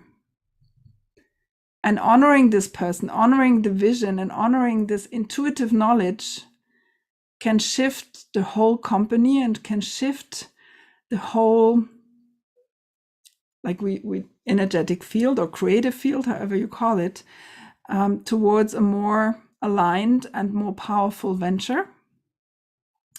And one thing that is really important, it doesn't need to be the owner. It doesn't need to be the person in the hierarchy on the top. So very often there is a CEO invited and the original founder is somewhere else. But it's always important to really find the person who initiated it. And even when we just, no, not just, but when we do business partnerships or we co-create a project, for example, right? If I would, Rick, if I would connect with you and we would co-create something, online, there would be one of us who took the first step. There would be one of us who has a kind of knowing where we might go and what we might create. And then we will see where it takes us. But it's really about this first moment of risk, this first moment of action that is somehow connected with a higher vision, with an intuition that runs through it. And help us. Yeah. And at the same time, it's not about the importance. Like if you only have a founder, visionary, nothing would happen also. So every person in this whole picture is of the same importance, of the same value, of the same, it's just different roles and responsibilities. And once we have a bigger project, we also need helpers who are there to do their job and who know their expertise. Yeah, so it's really a subtle dance between the vision and holding the vision, and we can hold it all together, like here for the festival. Like now I'm hosting a masterclass, so I have the intuition for this masterclass, and at the same time I can hold the whole field with Alex and with all of you for the bigger evolution of the project. Yeah, and he will not know what I will speak about because this is my specific source project in here. Yeah. And maybe one last piece before I think we need to move on, is really to be aware of where are you entangled in different projects, and where have you been the initiator, like which is the field that you're really holding as a whole, and where are you participating by holding it with someone else, by being a specific source, by playing your role in the bigger picture. And once you entangle that, I feel it shifts a lot in where you put your energy, where you put your time, and then you can act with even more intention, and you can direct your focus with more intention. And if you want to know more, I know the time now is not open for questions. You can always connect with me and we can have a conversation. And on the 20th of May, I start a whole 4-week program around this because I feel it shifted my world, and Peter found ways how to also transfer projects. Like the Facebook group was transferred and gifted to Alex in a process of gifting and receiving. So projects can live on with another person as the source person, as connected to the vision. So succession is a lot easier when we are also aware of these opportunities and these principles. And yeah. Thank you for being here. I think I took 5 minutes more. And that's absolutely fine. I was wondering if in Peter's book, right? There's a book, I understand. There's also a book, but it's not by Peter. It's called Work with Source. Oh, it's by Tom Nixon. It's one of his other students. Okay, and Peter has the training, or where's the information? How is it passed down? It's passed down through he called it masterclass, but it was a 2-year training, and I was in one of them. So he calls it he said it's his state of research. Like he researched, it's like natural energetic phenomena that he researched with companies over, he's almost 80 now. So over, 50 years of working with companies. And what he learned, he passed down to us, also to Tom and to a lot of other of his students. And then he invited us to continue the research. So it's like a living wisdom. There's a book, Work with Source. There's projects like, or offers group programs like I do, because it's to me, it's different from learning through conversations and questions. And at the same time, I will share also the knowledge in videos. Or reading the book. And there is another book, it's called The Little Red Book of Source by Stefan Merkelbach, which is also, I'm not sure if it's on public domain, like public domains, but there are specific books. And I run trainings and courses on this as well, because I feel that it's really, to me, it's as profound as law of attraction and these other things. Like last week, I started to call it law of initiative. It's, yeah, and it's really very profound to be aware of these patterns, these energetic patterns, because I believe they're always there. It's not a technique that we apply. It's not something that we bring into the company or into the project. It's something that is already there. And the moment we are aware of it, we can work with it differently. Yeah. That's my take on it. Does he have some practices and interactions, I guess, within the team that he's developed maybe that are very distinct to what we're used to? Because in a way, we do have, hierarchies and departments, right? What you've shown is a more sort of kind of flat, organic organization with... Tom Nixon, the author of Work with Source, he also created software. It's called MAPTIO, MAPTIO. And there you can flip it's for self-organizing organizations or communities, where you can flip the visual between hierarchy, because it's still there, and you can flip it towards the it's all circles, and it visualizes how the information flows, where the responsibilities are. And I feel it's very alive in all these self-organizing, all these new kind of ways to build companies, build teams and communities. And Tom with his book, and Stefan, they were the first to write the books. On the page Work with Source, there's also a blog where some of the source principles are also named in short. And Peter personally, he started with something, he calls it money work, and it's a method to what's the English word? I don't know the exact word, but it's neutralizing the beliefs that we have around money or around other, he starts with money because it's a beautiful screen to project, where we all project on. And then he takes it into a whole healing method, which works through sentences. But it's not like a daily practice. It's really learning about the source principles, and then it's witnessing them and playing with them, and being in a community that understands them. This is what I also am building, to really, because it's understanding the patterns, and part is being a strong source. It's like birthing a project, like you do with the festival. And this is part of the magic. Then it's like really being a source, following the intuition, following this, and co-creating with others with this awareness. So it's first understanding it, and then being a strong source for whatever you are creating or co-creating. Yeah, did this answer your question, Alex? Yeah, thank you so much. There's so much to explore. What I'm present to is that we're really now reinventing the way we do things, and I would imagine companies and businesses and organizations, they aren't going to go away.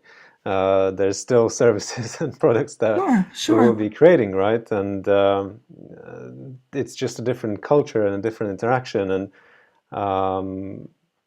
one of the reasons you could say that people are escaping the corporate world is just because it's not very aligned. It's not very human kind of environment. And in a way, recreating this as a more human, fluid, dynamic experience would allow us to step back into some of that, not back, but forward into something new, and then return to co-creation in some new forms that we don't even have an idea about yet.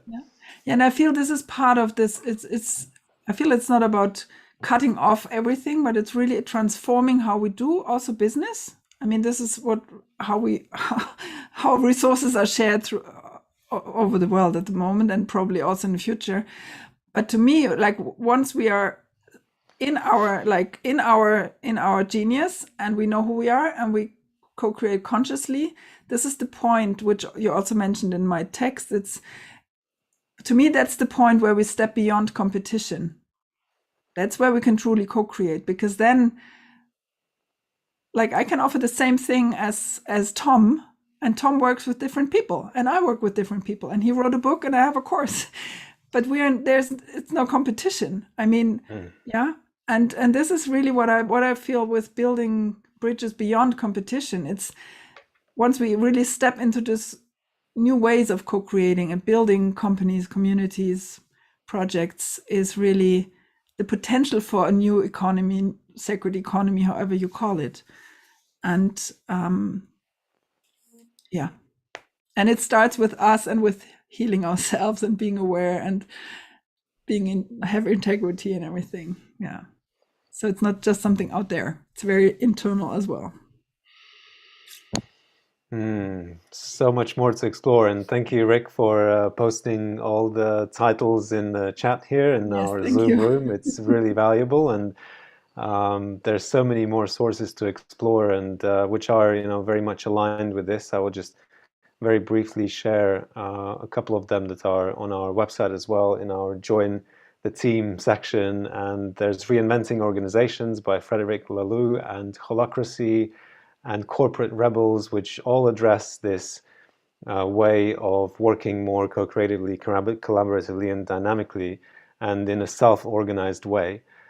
So yeah, there's just so much more for us to upgrade our culture and our thinking and our way to co-create. And just while I'm here, I would also like to return a little bit to the gene keys. So this is a sample of the chart that is produced, and I have in my path come across numerology, astrology of different kinds, Western, Eastern, and I find one particular thing very, very relevant to our conversation that we've been having here, and this is this area that is this culture circle, right? And this is what Antonia has also been speaking to with regards to different ways of creating, whether it's an artist being by themselves, or whether that's a person working in a small group, or beyond. And I'm not going to go into details, but here we can see that, this is based on like 6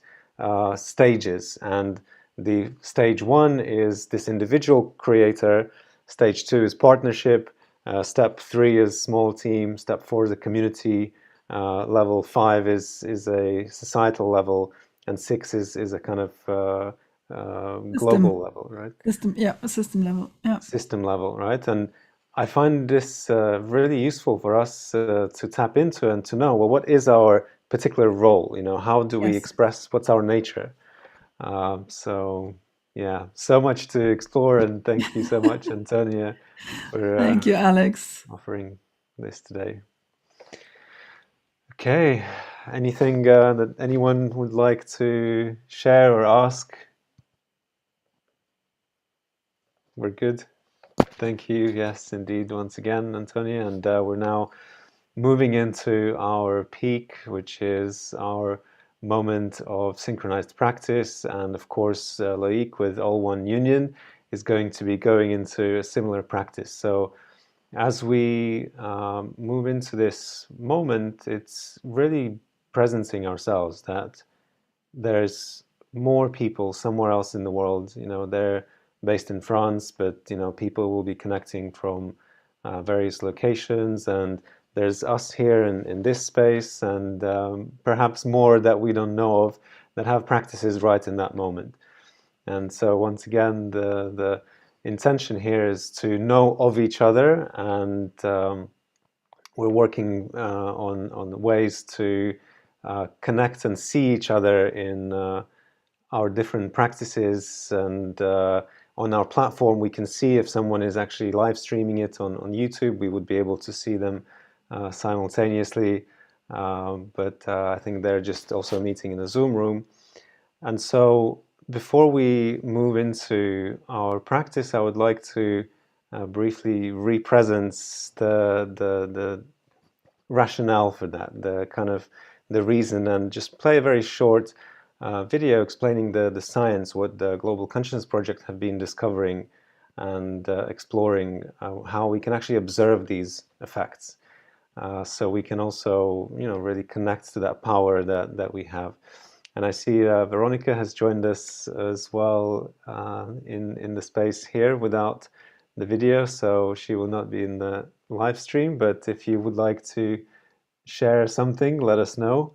Or if you would like to join us, this is a moment. Hi.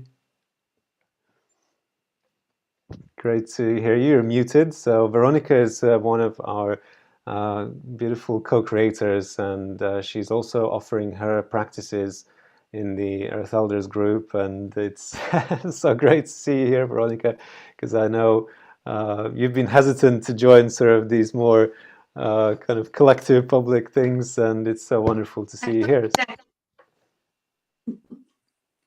You're saying? I took the step. Step. You have to take the step. Have to take the step. So I think Antonio was an inspiration to that, right? I gather. Oh, definitely. Thank you so much. So, so Veronica, would you like to share actually a few words about yourself and what your offerings are? Because they are in a specific tradition, right? And they go in some ways beyond meditation, and I really admire what you do, so I would love to hear a little bit. And it's okay that we're going over time, there's no particular sort of pressure for us to start at the full hour, so we'd love to hear, Veronica. Okay, I suppose this is why I don't like joining these videos, because you get put on the spot. I know. I think I'll go back to mute. I just really love the energy of this festival and the Unity Festival itself. I got a similar vision. I kind of spoke to this before, Alex, through Messenger, about a vision I got myself of another Unity Festival, which I created 2 years ago to bring in the Bealtaine Festival. Now, today is May Day. This is not the actual Bealtaine. The actual, that's astronomically, it would be the 5th of May. So I have this lovely vision. I got the same kind of similar vision of people connecting like this from all corners of the world. And it served very well when the lockdown was there. And then it slowly got quieter and quieter and quieter as people started to, expand, which is amazing, back out into the world, into real life connections, although this is a real life connection at the same time. So I suppose today's, I really love the theme for each month, and I really just want to bring what I can bring. It's wide and varied what I do myself. I work with the land, I work with darker energies, lighter energies, all different types of energies to help us elevate and to help us rise above the sticky, and just to see things from a broad perspective, and to help each other in whatever we're going through. I use different means and ways. I'm trained in a multitude of healing modalities, in physical classes and directly from spirit. And I guess I see a lot of things. I do a lot of volunteering work, bringing meditation into places. I don't talk about it publicly because they're private. They're very private organizations that are for vulnerable people, ranging from those that are abused to refugees. So I bring meditation into these spaces. And I suppose that's my work. It's really shining the light on the dark, and having a balance, being able to be in the center of the dark and the light, not being too much in the light nor being too much in the dark, being in the center and being able to, And interestingly, what really interesting about today is that I've been doing this work probably around since 2014. I was brought from corporate directly into doing healing, massage, that kind of things. But now I'm back in the workplace, returning to tutoring and adult education. And it's interesting because, again, I feel I'm in the center, bringing, you know, even the simple things of teaching meditation to businesses, because it helps with all that we were talking about. You know, focusing the mind, using the focus, the zoom element of our brain, being able to focus in on something and then being able to focus back out. The basic things of communication within the workplace. Misogyny in the workplace, don't get me started. Like, I mean, I'm only in a couple of weeks and I've already seen all of these things, which I had kind of, you know, and the worst type of misogyny being cloaked in humor, you know. Yeah. And that's the problem, that a lot of things, if you think of Will Smith and his recent thing, you know, with the comedian, and if you look back in that video, when he insulted Jade Smith initially, he laughed, Will laughed at the comedian's joke. It was only when he turned around and noticed that Jade was not laughing, then he went into action. But he laughed originally because that's what we do. We're trained to laugh at humor, but if it's misogyny cloaked in humor, is a kind of a little thing I'm working on at the moment, you know. And it's so important to, you know, be present to that reality that we're living in. And before we started the live stream as well, we had a chat with Rick, you know, just presenting ourselves to what is going on in the world. And actually that's a really great transition, I feel, into our collective practice, because it is about starting from ourselves, but then it's ultimately looking how can we be an agent to elevate others around us. And so what we'll do is a very simple practice, you know, this on the central stage here in our space. We're kind of going with the simple basic things, and then other hosts over time, you know, do more eloquent and exciting things, you know. So we're, you know, giving the priority to them. But you know, today, Veronica, I hear you will be offering something potentially later as well in the Earth Elders, or? Yeah, when the time is right. I didn't want to interrupt. I have my cards already there. I can do it. I was going to do a reading to help people. What is the theme of it's gone from my head. I'm so sorry now. It's holding the vision, isn't it? Yes. Yeah. So if people are struggling with either finding what their vision is, or if they're struggling holding it, like, because I was struggling yesterday holding the weight of this, you know, not only, and I'm sorry, this is the way of what happens with me. I won't apologize for it, but it's the attack that's on our sacred sites at the moment, and the attack on women, you know, and not just women, there's like everyone, but that's what I'm working with at the moment, you know, and the energy are very similar. But that we get weighed down by what our visions are, what our purposes are, whether that is raising a family, or whether that is working, I don't know, in a shop, or whether that is volunteering with homeless people, whatever people's purposes are. If it's getting a little bit heavy, what I'm offering are intuitive readings to bring a bit of clarity, to maybe help rise them up so they can see a larger perspective and maybe get some answers. Amazing. Thank you so much. And usually we did run simultaneously, and it's a pleasure to have you join the space here. Okay, so we'll now move into our collective practice. And just before that, as I mentioned, a quick reminder of what power our consciousness and thoughts have.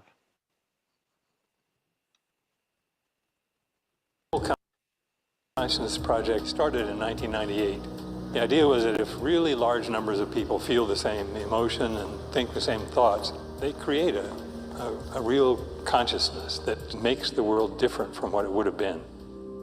The implication is to find out whether consciousness and intention and emotions and so forth are stuck inside your head, or if they extend outward as a kind of mind-matter connection. How does that work? This is one of two kinds of random number generators. You get ones and zeros at a really high rate of speed. Mathematically, we expect the average to be right in the middle. 50 will be ones, 50 will be zeros. And it really is like an electronic coin flipper. You flip a coin 100 times and it would be 50-50? That's right. We do that in 65 locations around the world, continuously, day after day, 24/7 for years. Counting ones and zeros. Counting ones and zeros during the great outpourings of emotion in the world.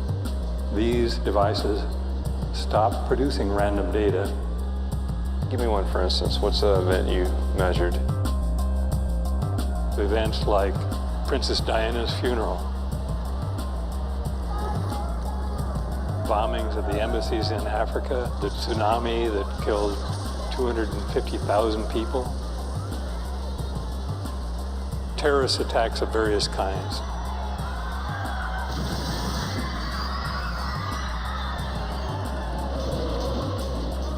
We look also at pleasant events like New Year's or religious celebrations.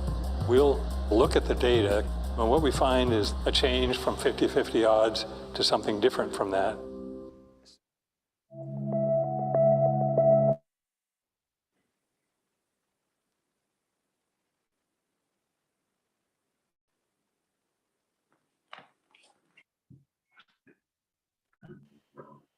Right, and that's the evidence, right? That there is a power to our thought, there is a power to our intention, and so today, as we join the All One Union, and usually their practice is, for at least 11 minutes, but up to half an hour.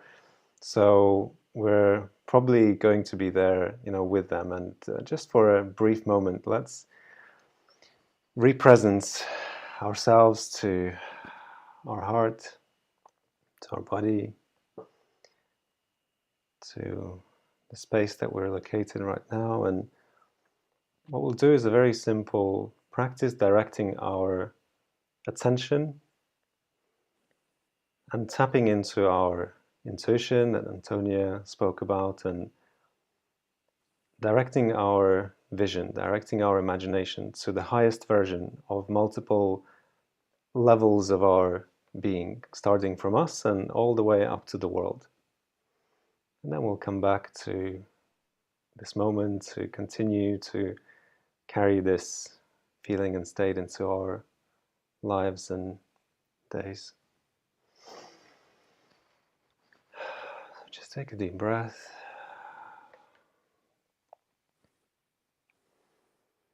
Think of this as an opportunity to master your focus, master your attention. Get present to the motions in your body, your fluids flowing through your body, your breath.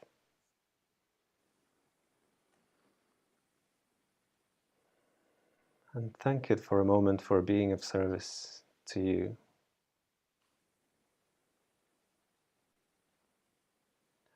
Appreciate all the consistent, dedicated work that it's been doing in your life, carrying you from place to place and nurturing you.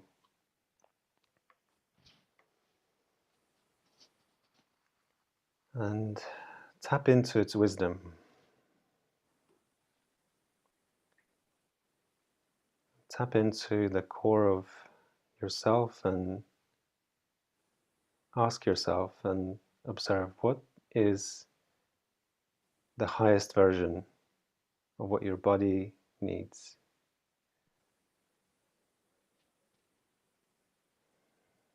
What would help to uplift your body? The core of your existence in this life. Just allow to observe and for any inspiration, any guidance to rise.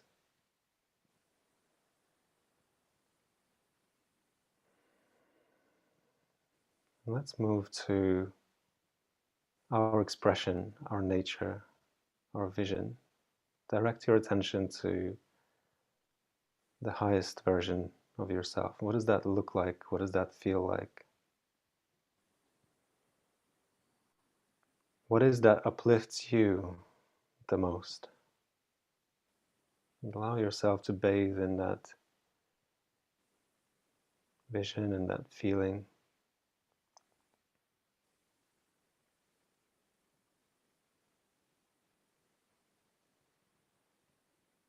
And expand that highest version of yourself into future. What do you see?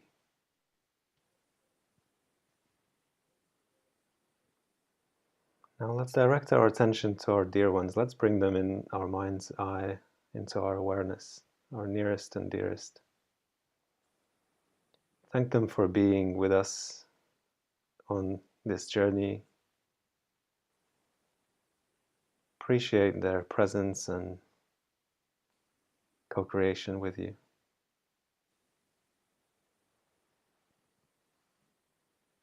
Direct your attention to the highest version of your relationship.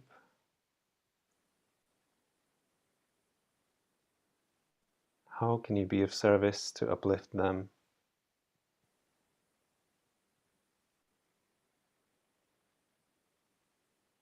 Perhaps go somewhere, do something, or just simply be with each other.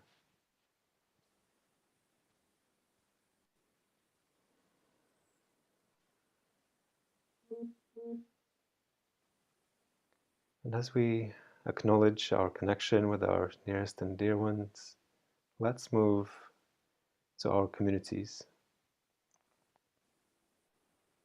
where we live or where we work. And let's acknowledge them for sharing this journey.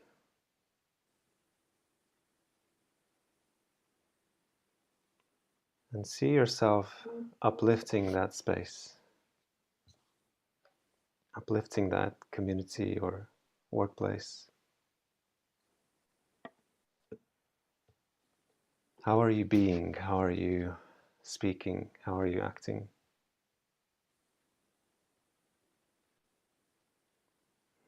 Just allow it to arise in your awareness.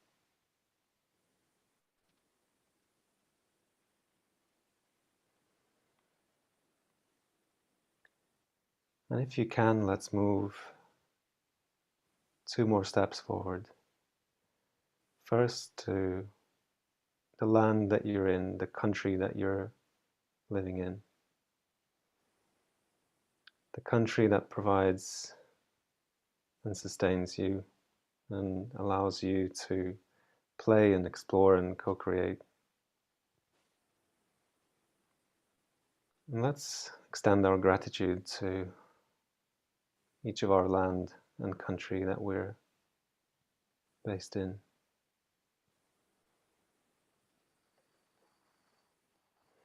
And maybe you see yourself playing a role, uplifting. It doesn't have to be large. Maybe it's a small role in alignment with your nature. Maybe you can see that. How do you uplift your whole land or country? Through joining some local initiatives maybe, or beyond, taking care of the land.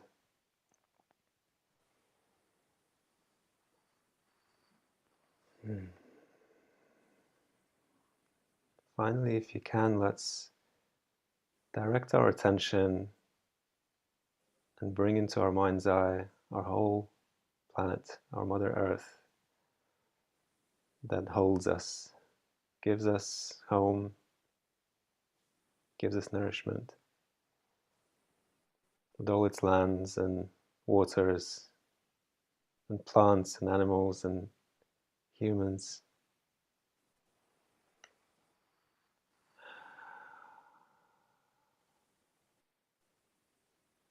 And just hold that for a moment in your mind's eye with everything that comes up for you. start noticing the highest version of that. For a moment, believe that it's possible. That it's possible for the planet to be in harmony, people and the nature to be in harmony with each other. Just allow yourself to believe that for a moment.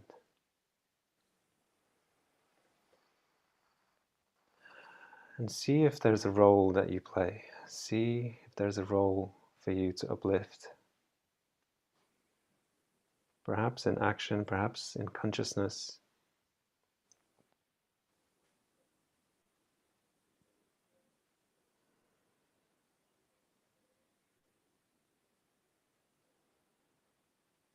Just send your well wishes and well-being to all. May the nature and the animals and the humans be in their highest well-being, an elevated experience together. As we complete, return to yourself in the place where you're based in right now, the location where you're sitting or lying down. Once again, thank yourself for connecting with yourself, for yearning for the highest expression of yourself and to following that thread. Let's thank each other for being today in this space and connecting and co-creating. Let's thank all our wisdom keepers and teachers who have been guiding us to this space, this moment, and the visionaries that are showing us the way.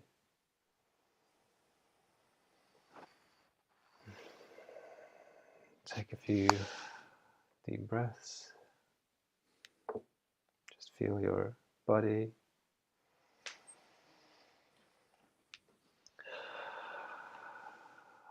Feel this moment, and when you're ready, return.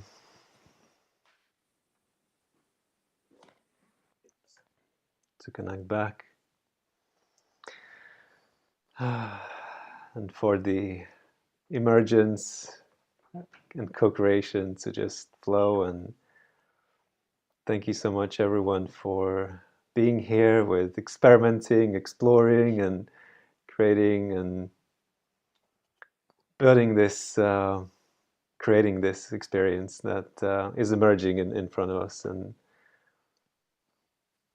yeah, thank you. This pretty much completes the heart of our space, and I would love to hear if you have some reflections, how it went for you, if you were able to tap into that highest version of any of those layers and to feed your coherence into the field, so to speak.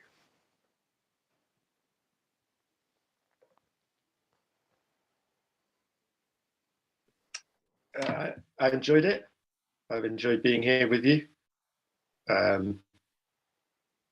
think in any community event like this, one can tune in and tap into the way other people are feeling and listening, and the space in which that all takes place, which I find to be a very valuable and energizing and empowering and inspiring experience generally.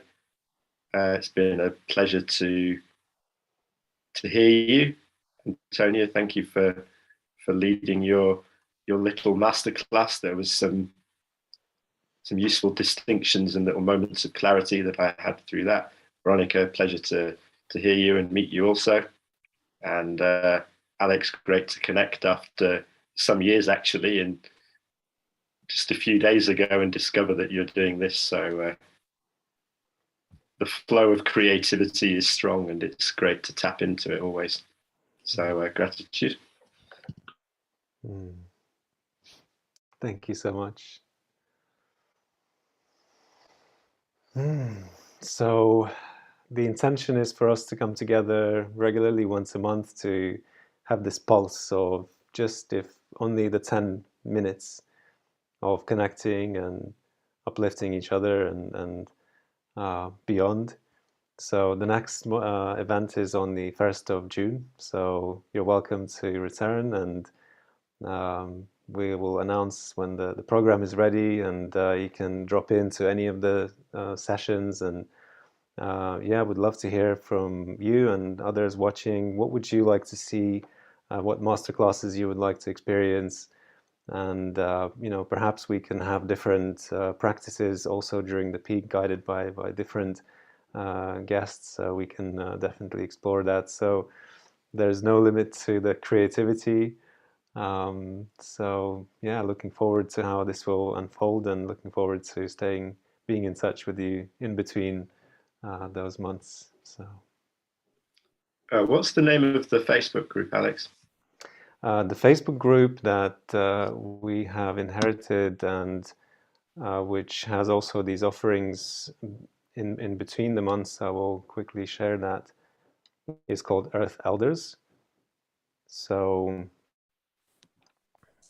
it's a really wonderful community with multiple offerings there being streamed, and here's our earlier event there as well. So everyone's welcome to join that, and of course our own Facebook page and YouTube channel. So you're welcome to follow those as well, and engage and interact with us there. What's the YouTube channel called? Global Unity Festival. If you just search that, it should appear in all of the social networks and so on. And I realized that my video was off, and Antonia messaged me in the private chat, but I was already in the space. So this is an interesting unfolding, and you know, perhaps it had to happen that way for whatever reason. And yeah, feel free to obviously shout at me if you notice if there's any kind of discrepancies. But yeah, we could hear you. We could hear you beautifully. So, oh, perfect. Oh, good. Yeah, it's so funny. Okay, so thank you, everyone, and look forward to coming again to with you in the next months in this space. And if there's anything, Antonia, you were... Yeah, maybe you want to mention the third wave, because there's a third wave today. Absolutely. So whoever wants to join in, there's another wave coming. Thank you. Yes, indeed. Thanks for the reminder. So we have another masterclass. Ole Kjøreford is going to share with us also some global perspective on the direction of our evolution, and some projects that he's co-created, which allow us to connect also on a global level about the purpose groups, which is a space for us to be allocated to people across the world, and connect in the space of exploring our purpose, and to empower and support each other in following our purpose. And also co-creation map, which is an opportunity, once we have already stepped into our individual purpose, to connect with others who are aligned. And it's divided in sectors of society, so it's a wonderful platform to connect with others worldwide, and work on projects in our own areas that we're called to. And we'll also have we'll be connecting with a physical event, actually, for our synchronized practice. We'll be connecting with an event in Canada, and we'll have a guided session there by some of the wisdom keepers there, and some musicians joining us as well. So it's likely to be a very dynamic and an interesting event as well. So, and it starts at 7 p.m. Central Time until 9 p.m. Central European Time. So that's for those who are watching from Europe. And it starts 12 noon Central American Time until 2 p.m. Central American Time. And of course, just go to Global Unity Festival and you'll find all the access details about that as well. Okay, thank you very much. And yeah, this concludes our wave today, and look forward to seeing everyone next month. Bless.